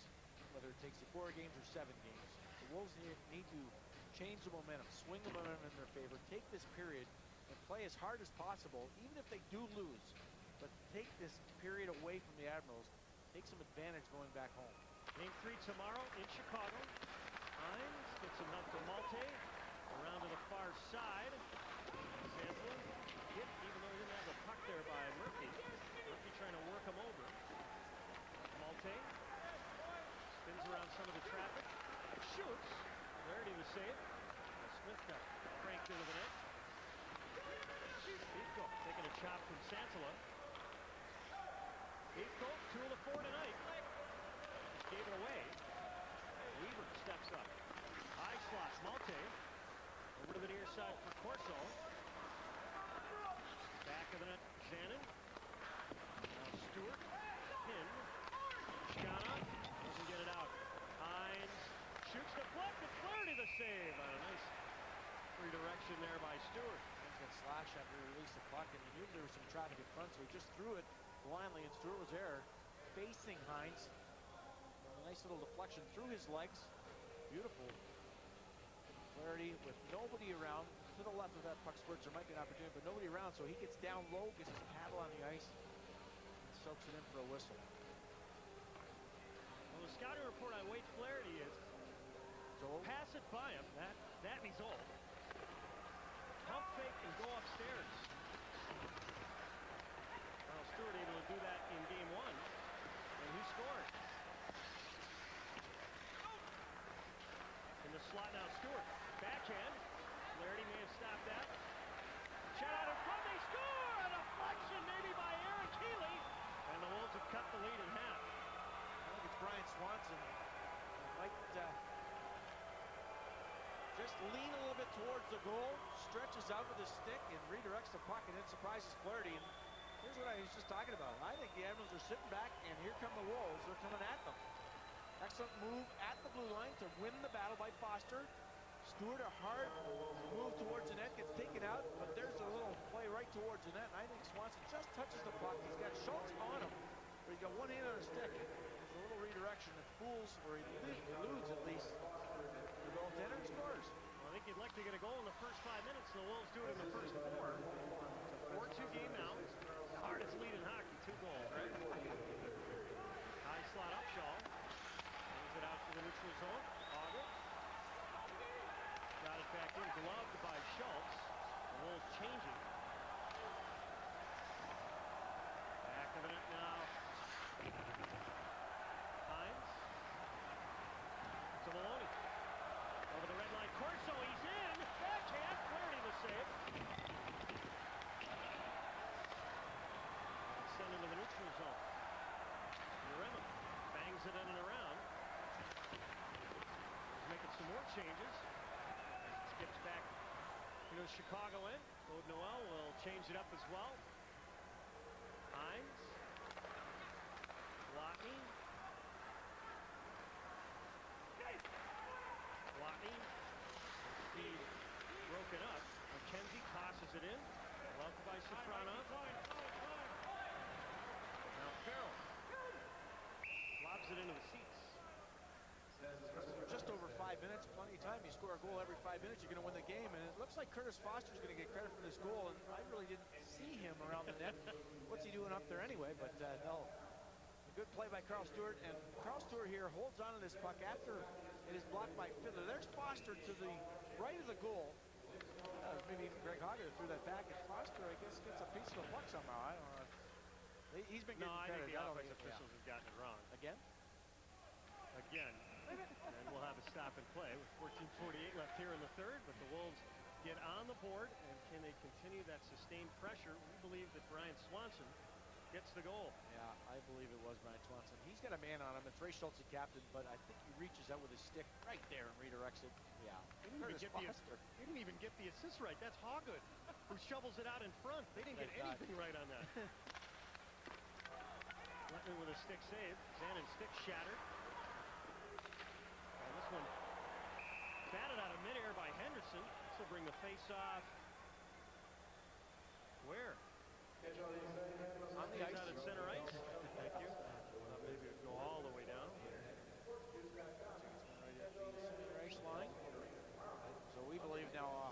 get an assist on that with Stewart, but it should be definitely Ryan Swanson in front of the net. We'll see what or if there is any change. They need to keep pecking away, as I mentioned. Only 2-goal deficit now, and still 14.5 minutes. Weaver. Shovel it up the near side. Toscano on the far side. Rosser in to try and help out. Corso. Milwaukee starting to forecheck a little bit more. And Malte will dump it out of danger. Shannon. He gave it away again. Santola centers. Santola in the corner. Wrapped up by Murphy. Here's Santola. Shoots off the side of the net. Some people thought that went in. They're Wolves fans. And we've got an icy call here. Just under 14 minutes left here in the third. The Wolves challenging. Trailing 4-2. This is Chicago. We'll talk.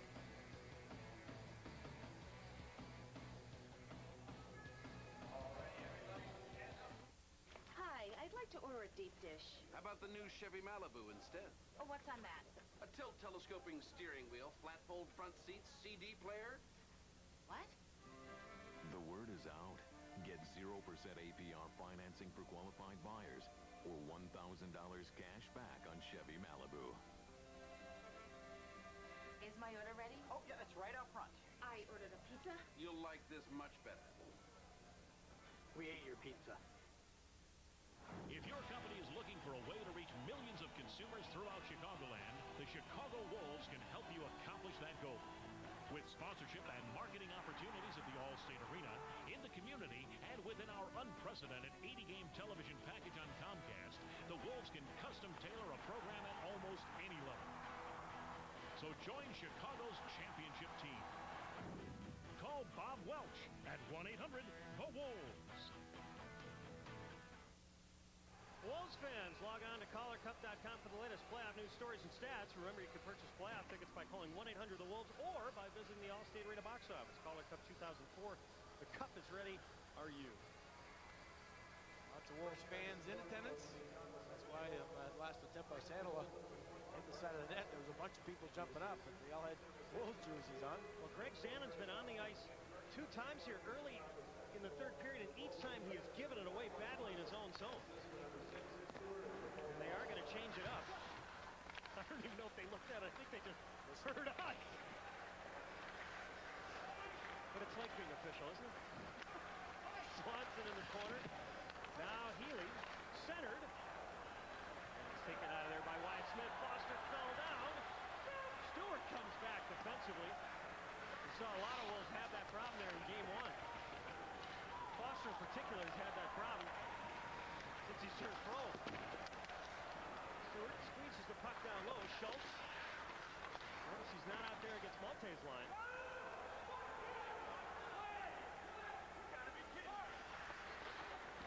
Letton tried to fire it quickly. Hadar centered. Letton, what a step going across. He robbed Fiddler. Can that be a play that rallies the Wolves? Foster fires.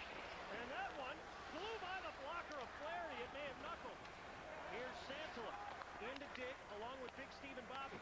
Nardella down low. Gave it away. And Fiddler charges the other way. End of the shift for him. Gamache around a check. Lost the puck. 12.5 left here in the third. The Wolves trailing 4-2 here in game 2.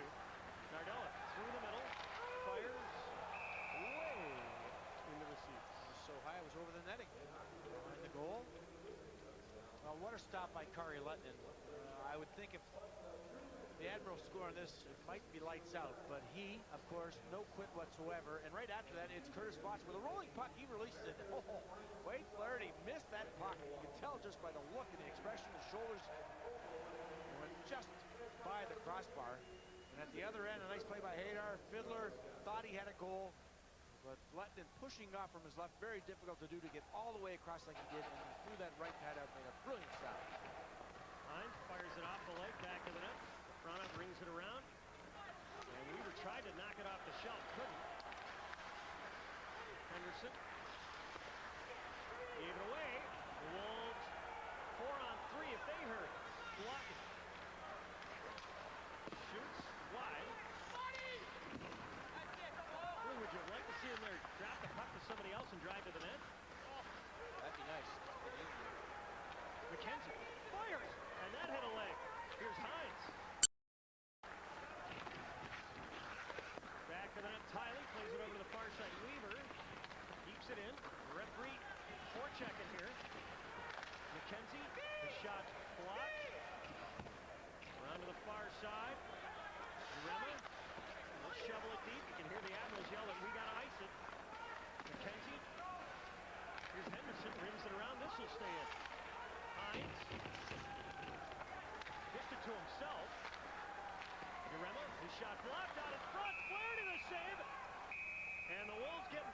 traffic.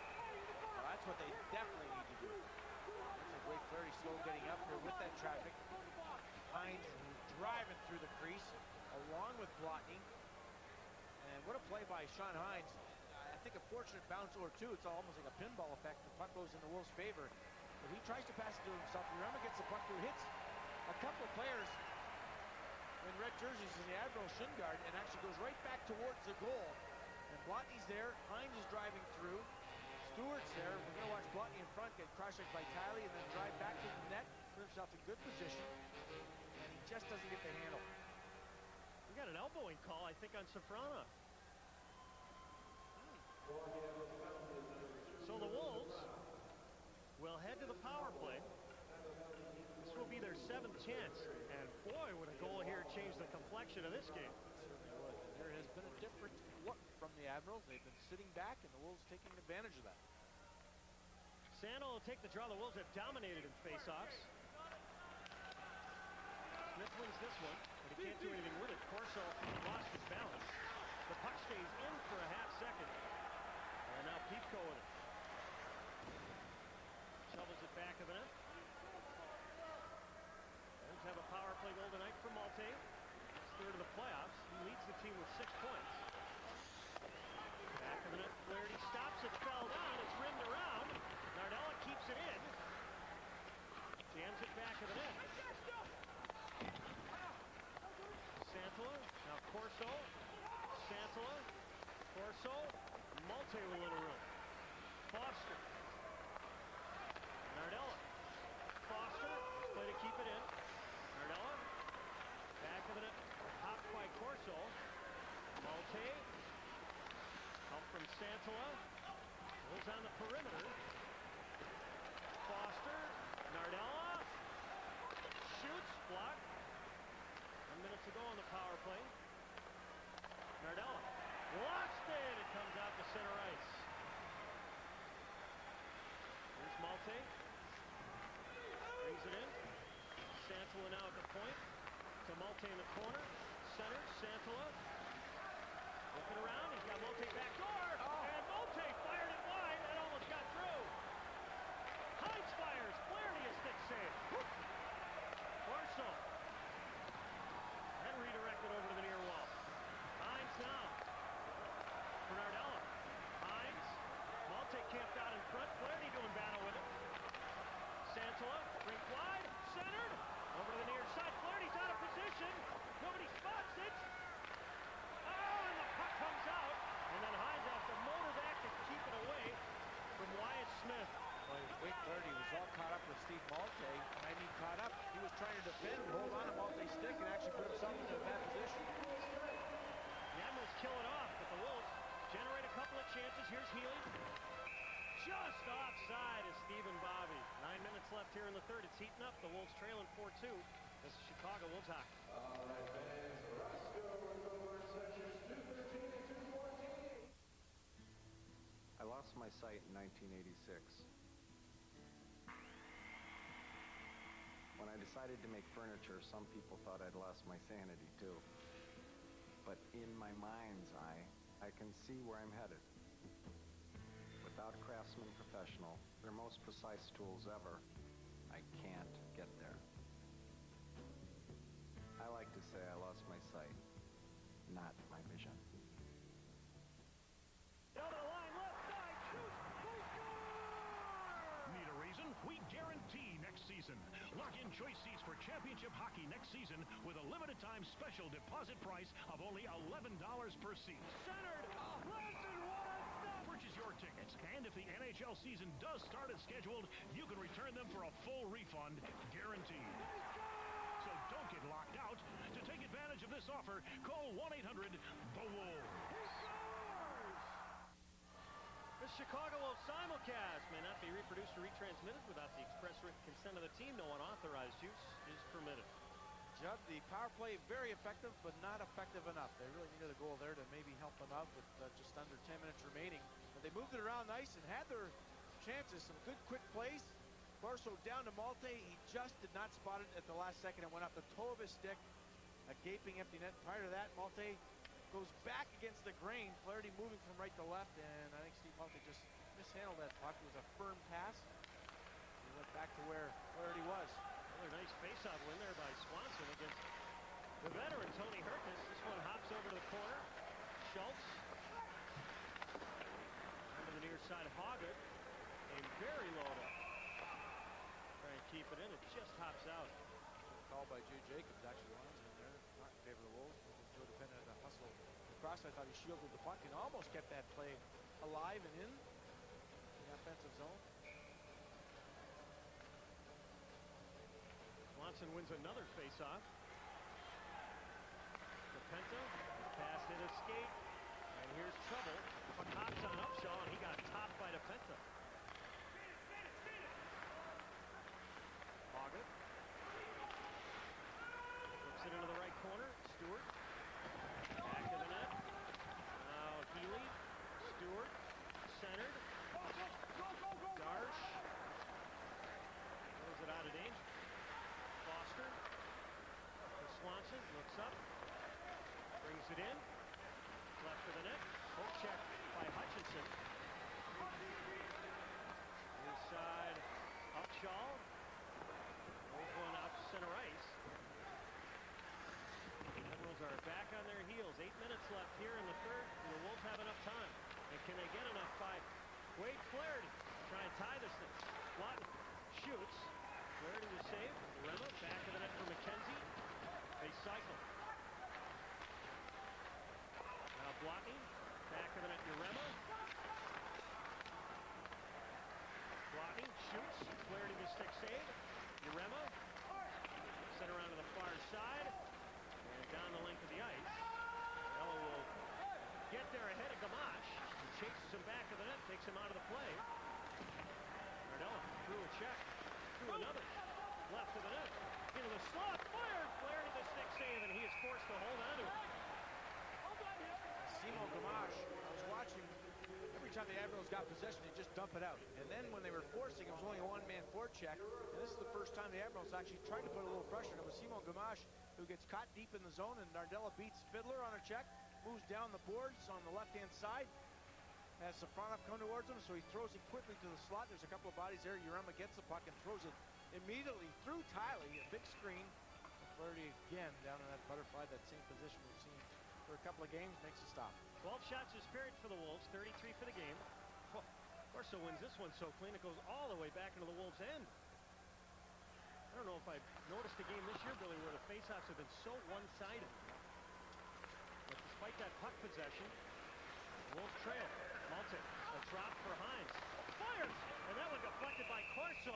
Oh, off the surface. What a deflection. Hits the top of the blade of Corso, but goes over top of the net. It was a hard shot. It was probably about 1.5 feet off the ice.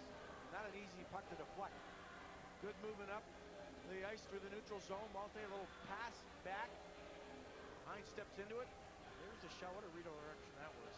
Stuffing over the crossbar. It was interesting talking about faceoffs. Milwaukee losing all these draws. Talking to Peter Horchek, assistant coach for Nashville. They can't win any faces up there either, so I don't know if there's any help down here. Weaver with a crunching check on Shannon. Wolves. Smitty wants him. Battling away. Smitty. Corso sent it out in front. Weaver dives to get it to the net, and Flaherty is forced to freeze it again. One of the things I see here by the Wolves is the legs are not stopping. They're moving and moving. They're skating, and we're seeing the opposition here. The Admirals standing still. Anytime you stand still, your decision-making is a lot poorer. You start lunging and diving, putting yourself out of position. The Wolves are trying to take advantage of that, and they are definitely hungrier at this juncture. I'm actually very surprised that the Admirals are laying back so much. Yeah, I never understood it. It happens all the time in any sport you watch. When you're leading by a few, you sit back and it costs you. Admirals win this draw. Tiley finds some space and guides it into the neutral zone for Hoggett. Swanson from Hoggett and Stewart earlier this period has put the Wolves within 2 with 6.5 left in regulation. Foster for Maloney. He hasn't played much, or as much as he did in game 1. And we have an offside here. Well, John Anderson desperately seeking Susan. He's looking for someone to give him a spark. He's looking for some of his biggest offensive weapons to get on the board, and they've had some excellent pressure. Right here, a little relief. Maloney and Bobby can spark the offense. Foster. And Soprano will race back to touch up. Finally, a little pressure as Foster was hit by Clausen. Didn't have an option. He rifled it up the middle of the ice and went all the way down. Not much of a forecheck, and there has not been a lot of pressure on the defense. In fact, the puck being in the offensive zone so much, it really hasn't been a need to forecheck by the Admirals. Stay patient, keep shooting the puck. 6 minutes remain. 34 shots they do have now, 10 more than the Admirals. Sent out in front, that looper denied by Letton.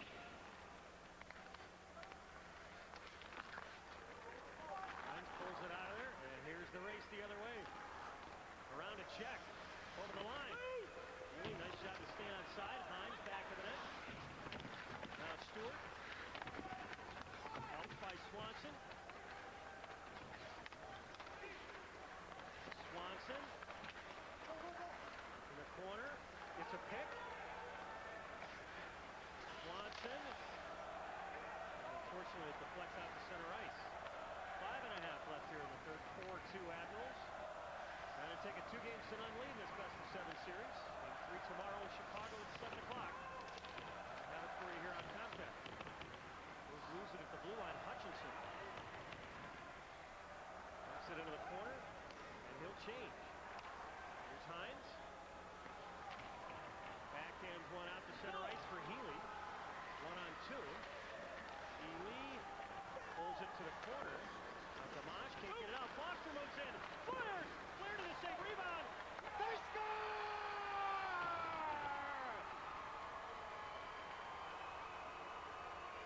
Curtis Foster able to keep it in. And the Wolves get 2 second chances. Making a third chance. And the Wolves within a goal, trailing 4-3. Well, it seemed to me that it was another big giveaway. The Admirals had the puck, and the Wolves with the penetration and the force. It's Gamache throwing it out the boards, and it's Foster keeping it in. He lets go a rocket on in. A big fat rebound. Healy with a rebound. Gets his chance, and it's stopped by Flaherty, but the puck caroms off Flaherty to his right. And there is Derek McKenzie. And he takes care of business with a huge goal. Well, it's interesting, Billy, when I talked to Darren Hadar this morning, I asked him, what do you think about how your line played? He said, when we had the puck, we were good. I said, what about when you didn't? He said, their third line was able to cycle against us. That can't happen. And now here's Foster for Blotny. Blotny lost the puck. Here's where the Wolves have to keep doing the things that have made them successful this period. Getting the puck down low, sustaining pressure. The things that made them successful against Grand Rapids. Here's your Remy. This shot off the surface. 4:20 left in the third. The Admirals up by a slim margin, 4-3. This is Chicago Wolves hockey.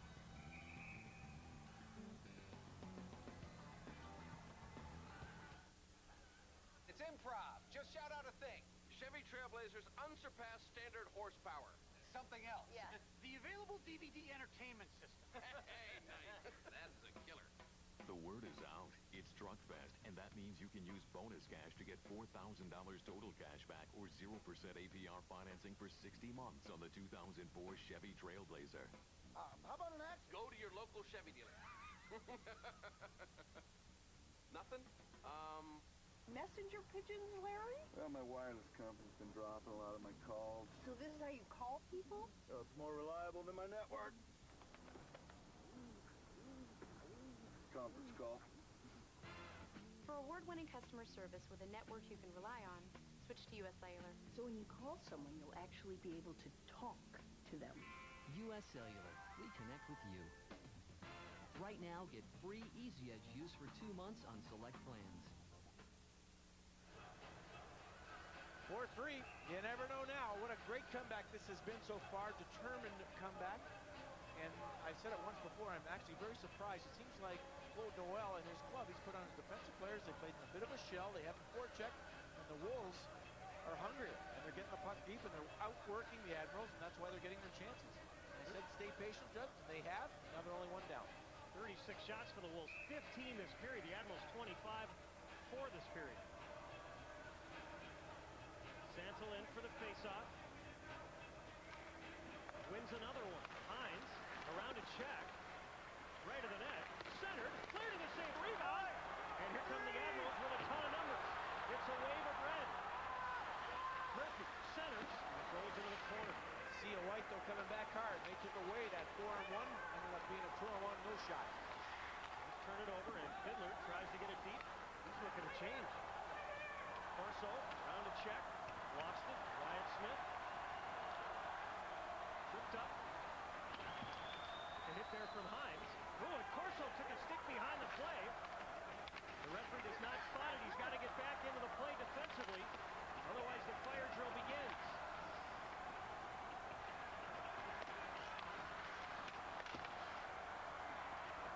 On the near side. Whoop, Heathcote got out of the way as Steve Malte was coming hard. Now Swanson just off the bench. Zanuck took him out. Malte going to try and help. They beat the puck into the corner. Comes back into the Wolves zone. 3 minutes left here in regulation. The Wolves trailing 4-3. Swanson. Hard side Malte did not touch it. Fired. Lettman takes it in. Drops it. One face off. What the Wolves had left. Upshaw throws it deep. Hoggle. Looking around. Golfs it into the Milwaukee end. Schultz has to chase. Stewart on his back. Stewart pushing him into the corner. Hoggle coming down low. Upshaw squeezes it out to Darsh. Lettman into the corner. Burkus. Well, if he gets that, there's trouble. 2:20 left in regulation. Swanson.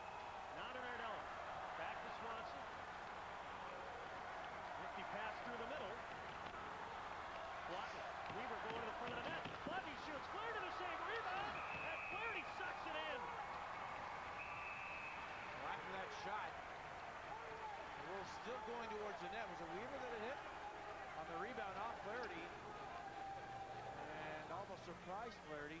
Good plays again through the neutral zone. Little penetration. Weaver drives through. A shot from Blotny. The redirection may hit Weaver in the shin guard or his foot. He goes back towards the goal. And he takes 2 men with him. And almost gets a break. Right of that. Last break we had. Nice face-off win. Sean Hines makes a good move. Catches 2 guys. Throws the puck to the front of the net. And Flaherty with a kick save with the right pad and a big fat rebound. Actually, the puck went the opposite direction, giving the Admirals that huge odd man situation. But boy, did the Wolves ever skate hard to get back and take away that odd man situation. John Anderson has called a timeout to draw something up. And if they continue to dominate on the faceoff, Billy, what does this set up for them? Well, first of all, they need to keep putting bodies to the net. I think in this period we've seen more guys go to the net and try to create a little havoc and take defensive with them, giving Flaherty some fits. So if the faceoff is won, get someone towards the net, get a couple of bodies towards the net. I'm not sure when John Anderson, well, he has pulled Kari Lettman. It'll be interesting to see if he does stay out. But if that is the case with that extra body, directly off a faceoff win, go to the net. Hopefully your point man can get the puck through. You don't need the big slap shot here. The other thing, though, with an empty net, you got to make sure where your positioning is. You don't want to lose the draw cleanly also and have that puck go all the way down the ice. That's why centerman is the key, and that for the timeout, everyone should know what they should do on a win and a loss. Swanson in for the faceoff. Wins it. Hines around a check. Centers. Malte fires. Blocked. Into the corner now, Santala. Up high, Hines. Shot it. Gloved. Fiddler. Time and room. Far circle, Heathcote. He missed the target.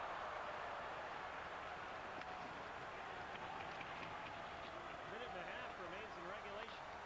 Oh, told you those Europeans like top shelf. Swanson through the middle. Corso. Deflected back into the Chicago end, and this will be an icing call. Hines touching. That's a big break, I think, for the Wolves. Curtis Murphy at times to just chink that puck out into the neutral zone. He fires it hard for an icing, so the Wolves with the domination on faceoffs will get another opportunity here. Vern Fiddler very, very smart here with the puck. Took his time, and waited everybody out patiently. Gave it across to Pico, and he has an empty net. He was forced somewhat, well, not even close. He just misses an empty net. I was watching Wade Flaherty. He was coming way out to celebrate. Could not believe it. Corso in for the draw. 6 on 5 here. Wolves win another. Hines down the boards. Foster fires. Flaherty the pad save from a bad angle. Dig in the corner. 1:10 left in regulation here in game 2. Corso around in his glove by Flaherty, so we'll have another face-off. Well, it is difficult in situations like this to pull the puck off the boards. As we saw, there was a bunch of bodies around, not enough room to maneuver. So anything towards the net when you know the goaltender's probably not going to play it to get a whistle is going to set the next situation up, and that is hopefully a face-off win and better movement of the puck. And I think the Admirals here are going to take a timeout now. It's their turn. Remember, we saw something like this, Billy, in game 1 against Grand Rapids. Yeah, I know what you're going to say. And Grand Rapids wanted to rest their best defensive players late in the game, and some people feel that Danton Cole made a mistake by doing that. Yeah, and John Anderson's one of those people because he said, well, it gave our good guys that we need to have on the ice to score goals a rest also, and it might have stopped some of the momentum. I'm not sure where that faceoff was at that time, but it certainly gave the Wolves a little bit of a breather, and they came back and scored the late goal. 10 seconds remaining. They won in overtime. So this is very important. I'm not sure what you can say to your group. They're not winning faceoffs, and the only constant, there really hasn't been line matchups or even defensive matchups. The only constant so far in this series is Claude Noel putting 2 centermen on for every faceoff in their own zone, and that still hasn't helped. Santala, Healy, Swanson, Malte, and Hines out there, along with Daniel Corso. 5 forwards in the D-man. 1:01 remaining in regulation. Swanson wins another face-off. Hines across. Malte plays the carom. The shot blocked. They hack away. Sent by Tyler safely into the Wolves zone, and this will slide wide, and no icing here. 43 seconds left. Here's Hines. For Corso, steaming over the line. The shot wide. Malte races to keep that in. Corso spins back to the net. Gets help from Swanson. Healy. The traffic jam out in front. Got to find its way to get it out in front. They jam at it. The Wolves say they score. Kakara waves it off. We're going to have to take a look from above. Flaherty ends up in the net with the puck, I believe, but he was being pushed into the net by Kakara saying no goal. Whistle went, the green light came on, the red light never did come on from the goal judge. And how about that? You're behind the net in the office. It's Eric Healy, and look at all the bodies. Which way do you go? What's your decision? He decides on the backhand to go up. Wow, it goes off a skate blade in front of the net. It's an Admiral player and redirects towards Flaherty. Sean Hines is there trying to pick his man. There's a loose puck, and that's where Tony Santala just pushes the goaltender into the net. And he's waved off by the referee. That puck went off Curtis Murphy's foot, though, and almost eluded the goalie. 22 seconds left. Long time between faceoffs here. Corso wins another draw. Here's Hines. Not a lot of time. Moves in. His shot is blocked. Dawson backhands it ahead. Pico for the hat trick. And behind the play, Hines slugging Wyatt Smith. And Foster runs over Pico.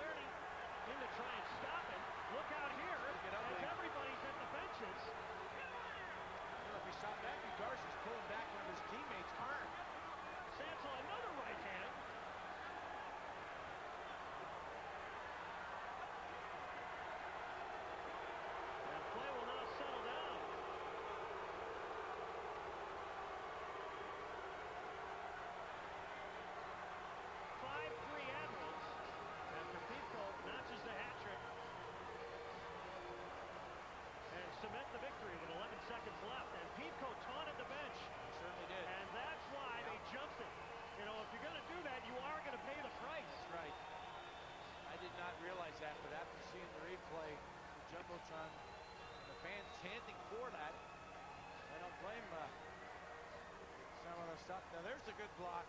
Sean Hines gets that puck through. He might capture. It was close, and he got it up the ice, and it's Piefko with the empty netter. Remember, he missed the one prior to this, and he goes by the bench, right by the bench, and he gives it to the Wolves. That's going to cost you. And it certainly did. How about Tomasano throwing some rights? Tomasano and Piefko. Tomasano is a very strong man. He has a lot of grit. I think he knew it. He had a good advantage on this guy who didn't want any part of this situation. Trying to get to his bench for help. That's where Jay Henderson grabs the jersey right there. That should cost Jay Henderson. Gets a shot in also. Can't enter an altercation from the bench. He's still got a hold of him there.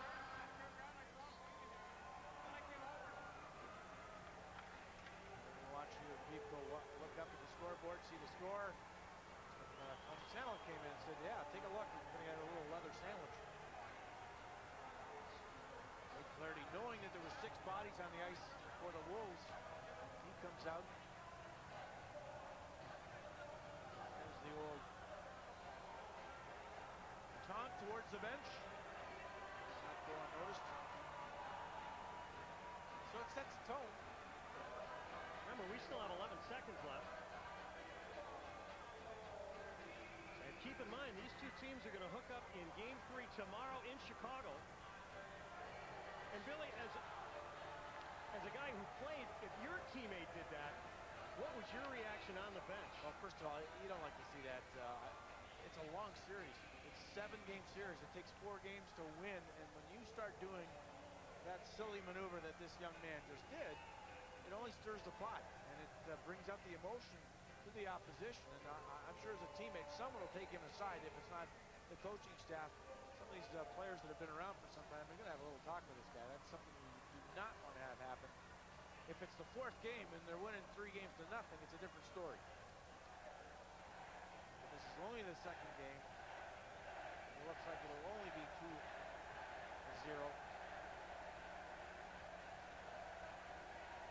We'll see what develops tomorrow night. Well, to summarize, the Wolves were trailing 4-1 entering this period. They got goals from Swanson and McKenzie. The last coming at 15:06. The Wolves pulled for the extra attacker. They had some close calls. But then finally a block by Clausen, and he fed Piefko ahead, who notched his 3rd of the night, 4th of the playoffs. At 19:49, and that has made it 5-3 Milwaukee. So they're going to go up 2 games to nothing in this best-of-7 series. Watching Casey Carl, there was a couple of sticks, and they happened to be Milwaukee Admirals sticks that were right by the Wolves bench. He took a look at them and then snapped them. Broke a couple of blades. But one of the things, sure we'll talk a little bit as this game winds down, is momentum. And the Wolves had a solid period. Did exactly what they need to do for 60 minutes. Come at this club, use the body, get a little upset at what's taking place here, and show some emotion, some passion. And they certainly did in the 3rd period. It's not going to be enough with 10 seconds remaining, but they need that to have happened so they can carry it over into tomorrow night. And hopefully they will be able to do that. They got to be a little sour. That they do. It was an odd deflection that started things off for Piefko. Tough to tell. Might have been a high stick. And then a penalty to bad time, allowing Milwaukee to retake the lead 2-1. And then in the 2nd, that's when things started to come unglued for Chicago. The Wolves did not recognize when a penalty was about to end, and it generated a 3-on-1. And then the Wolves started taking a lot of penalties, or being issued a lot of penalties. And it cost them there. It did not cost them on the penalty kill. That kept them in the game, along with Kari Lehtonen and a few key saves. Here are the calls. Sean Hines, 2 minutes instigating, 5 minutes fighting, and a 10-minute misconduct. Chicago penalty on number 29, Tommy Santala. 5 minutes for fighting and a game misconduct.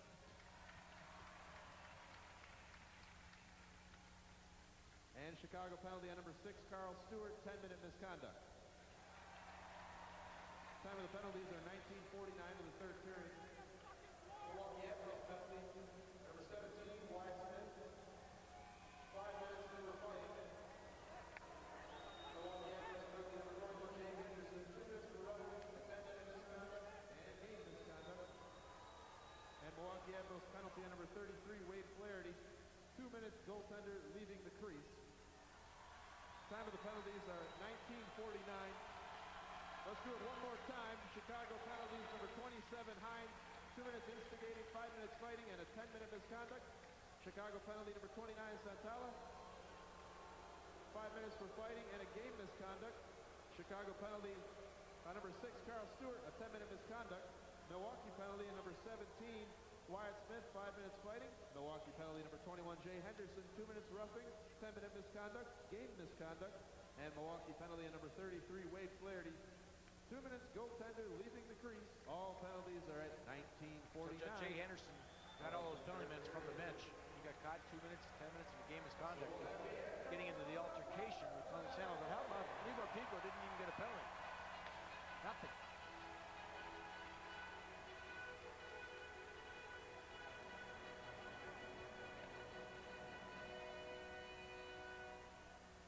They have put 3 minutes of power play time on the board for some reason in favor of the Admirals. But remember, there's 11 seconds left. And DePenta and Farrell are going to go. Oh, yes. Remember, they went early in the year and Farrell broke his hand in this fight. Each guy fighting right-handed. And behind the play, Maloney is going to go. We're going to keep our eyes on both fights. DePenta trying to get that right hand free. With a couple of short lefts behind the play. Yarema just pounding away as we've got ourselves an out-fashioned line brawl here. I'll try and call them all at once. Yarema pounding away.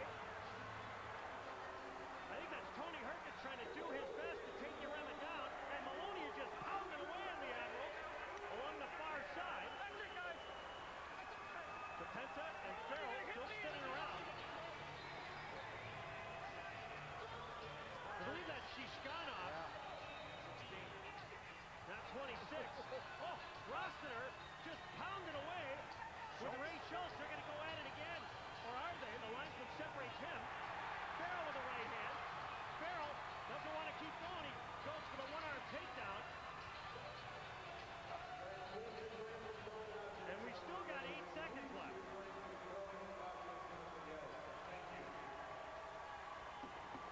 Well, that doesn't happen very often. So it was kind of exciting. I knew something was happening when there was a little switch or maneuver off the face-off and Joe DePenta moved up towards Farrell. Actually, Farrell dropped the gloves first. They knew they were going to go at it, and everybody did. I think Yarema got a couple in early. Shishkanov? Oh, my goodness. How about Rossiter? I saw a little bit of that along the far side with Schultz. Pretty tough guy, Schultz is too.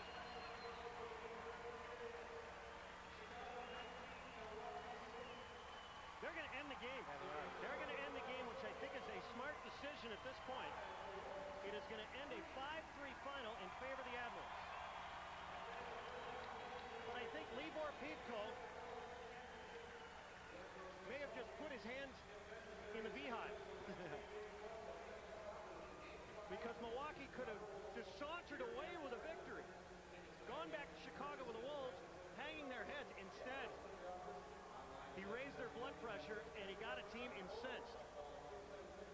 And when you think about it, all the Admirals did is hold serve. Scoring summary brought to you by Craftsman. The Wolves rally. Brian Swanson in second from Hoggett and Stewart at 3:48, followed by Mackenzie's fifth from Healy and Foster at 15:06. That cut the margin to 4-3. The Wolves pulled for the extra attacker, but Piefko got his fourth to close out the hat trick. Clausen at 19:49, and then the penalties erupted. Final tally on the shots in favor of the Wolves, 40-28. Billy and I will bring you back for some post games. Chicago will talk. the Admirals escape with a 5-3 victory over the Wolves in Game 2 of this best-of-7 West Division Final Series. For the Wolves, this is territory that they have tracked on before, going down 0-2 in a series, and they have come back and won, most recently 2002 when it happened in Syracuse. Judd Surratt, Billy Gardner here back at the Bradley Center. And Billy, a fascinating third period. You said at the start of the period, win or lose, you have to have a good 20 minutes here to take things forward into Game 3, and I think the Wolves did that. They needed to set the tone. I think obviously with a 12-day rest, it hurt them. There was not enough passion or emotion in their game, and that's not hard to, or it's not easy to find. They had it after beating Grand Rapids in a great series in 4 straight. They needed to somehow get that spark back, and I think they just got it. You play with fire, you might have to get the fireman, so we'll see what happens tomorrow night. I think, Judd, first of all, if this is a regular season game and I see this, I'm going to say, boy, this is terrible. But it's a 4-7 series. It is the playoffs. You're playing for your lives, and I like the emotion they showed. Well, the Wolves were down 4-1 heading into the third period, but they rallied valiantly and scored twice. We're going to take a look at that second goal. It's our Fishernuts play of the game. Well, some great work down low. They finally got the puck down low. They worked over the Admirals and some giveaways in their favor. I think that was Gamache who got up the ice to Foster. Foster with a bullet of a shot. Not handled by Flaherty, but the rebound laid there. McKenzie parked himself in good position. Boys, what's Sopranov doing there? His back is to the play, and McKenzie jumps in behind him. Healy with a shot, and the redirection off Flaherty's pad goes right to McKenzie in great position. Scores the goal to get them back in it. That's what they need to do. Keep firing pucks towards the net, get bodies in front, be determined on the boards on the offense, and win those battles. They did that in the third period. That needs to continue for the next game. The offense did perform well for Chicago. Wade Flaherty quietly had a very big game. Well, there's no doubt about it. The shots in favor of the Wolves, and the Admirals themselves got some opportunities and scored on some very good opportunities. Missed some early on also, but the Wolves kept battling away. And Wade Flaherty really, even though the game went the way it did, he was strong. There's no doubt about it in this third period that with some of the chances, especially on the power play for the Wolves late in this third period, that they had their chance to win. If the Wolves are going to rally, Billy, though, just looking at the first 40 minutes when the game was ultimately decided and we had our game winner as the Wolves were down 4-1 after 40 minutes, recognition and discipline was not there for Chicago. Well, I think that is the key. We saw that yesterday or 2 days ago in the game. I think we had to kill so many penalties. We saw so many penalties being killed. It took a lot of guys out of the game, especially early on. That happened in the first period.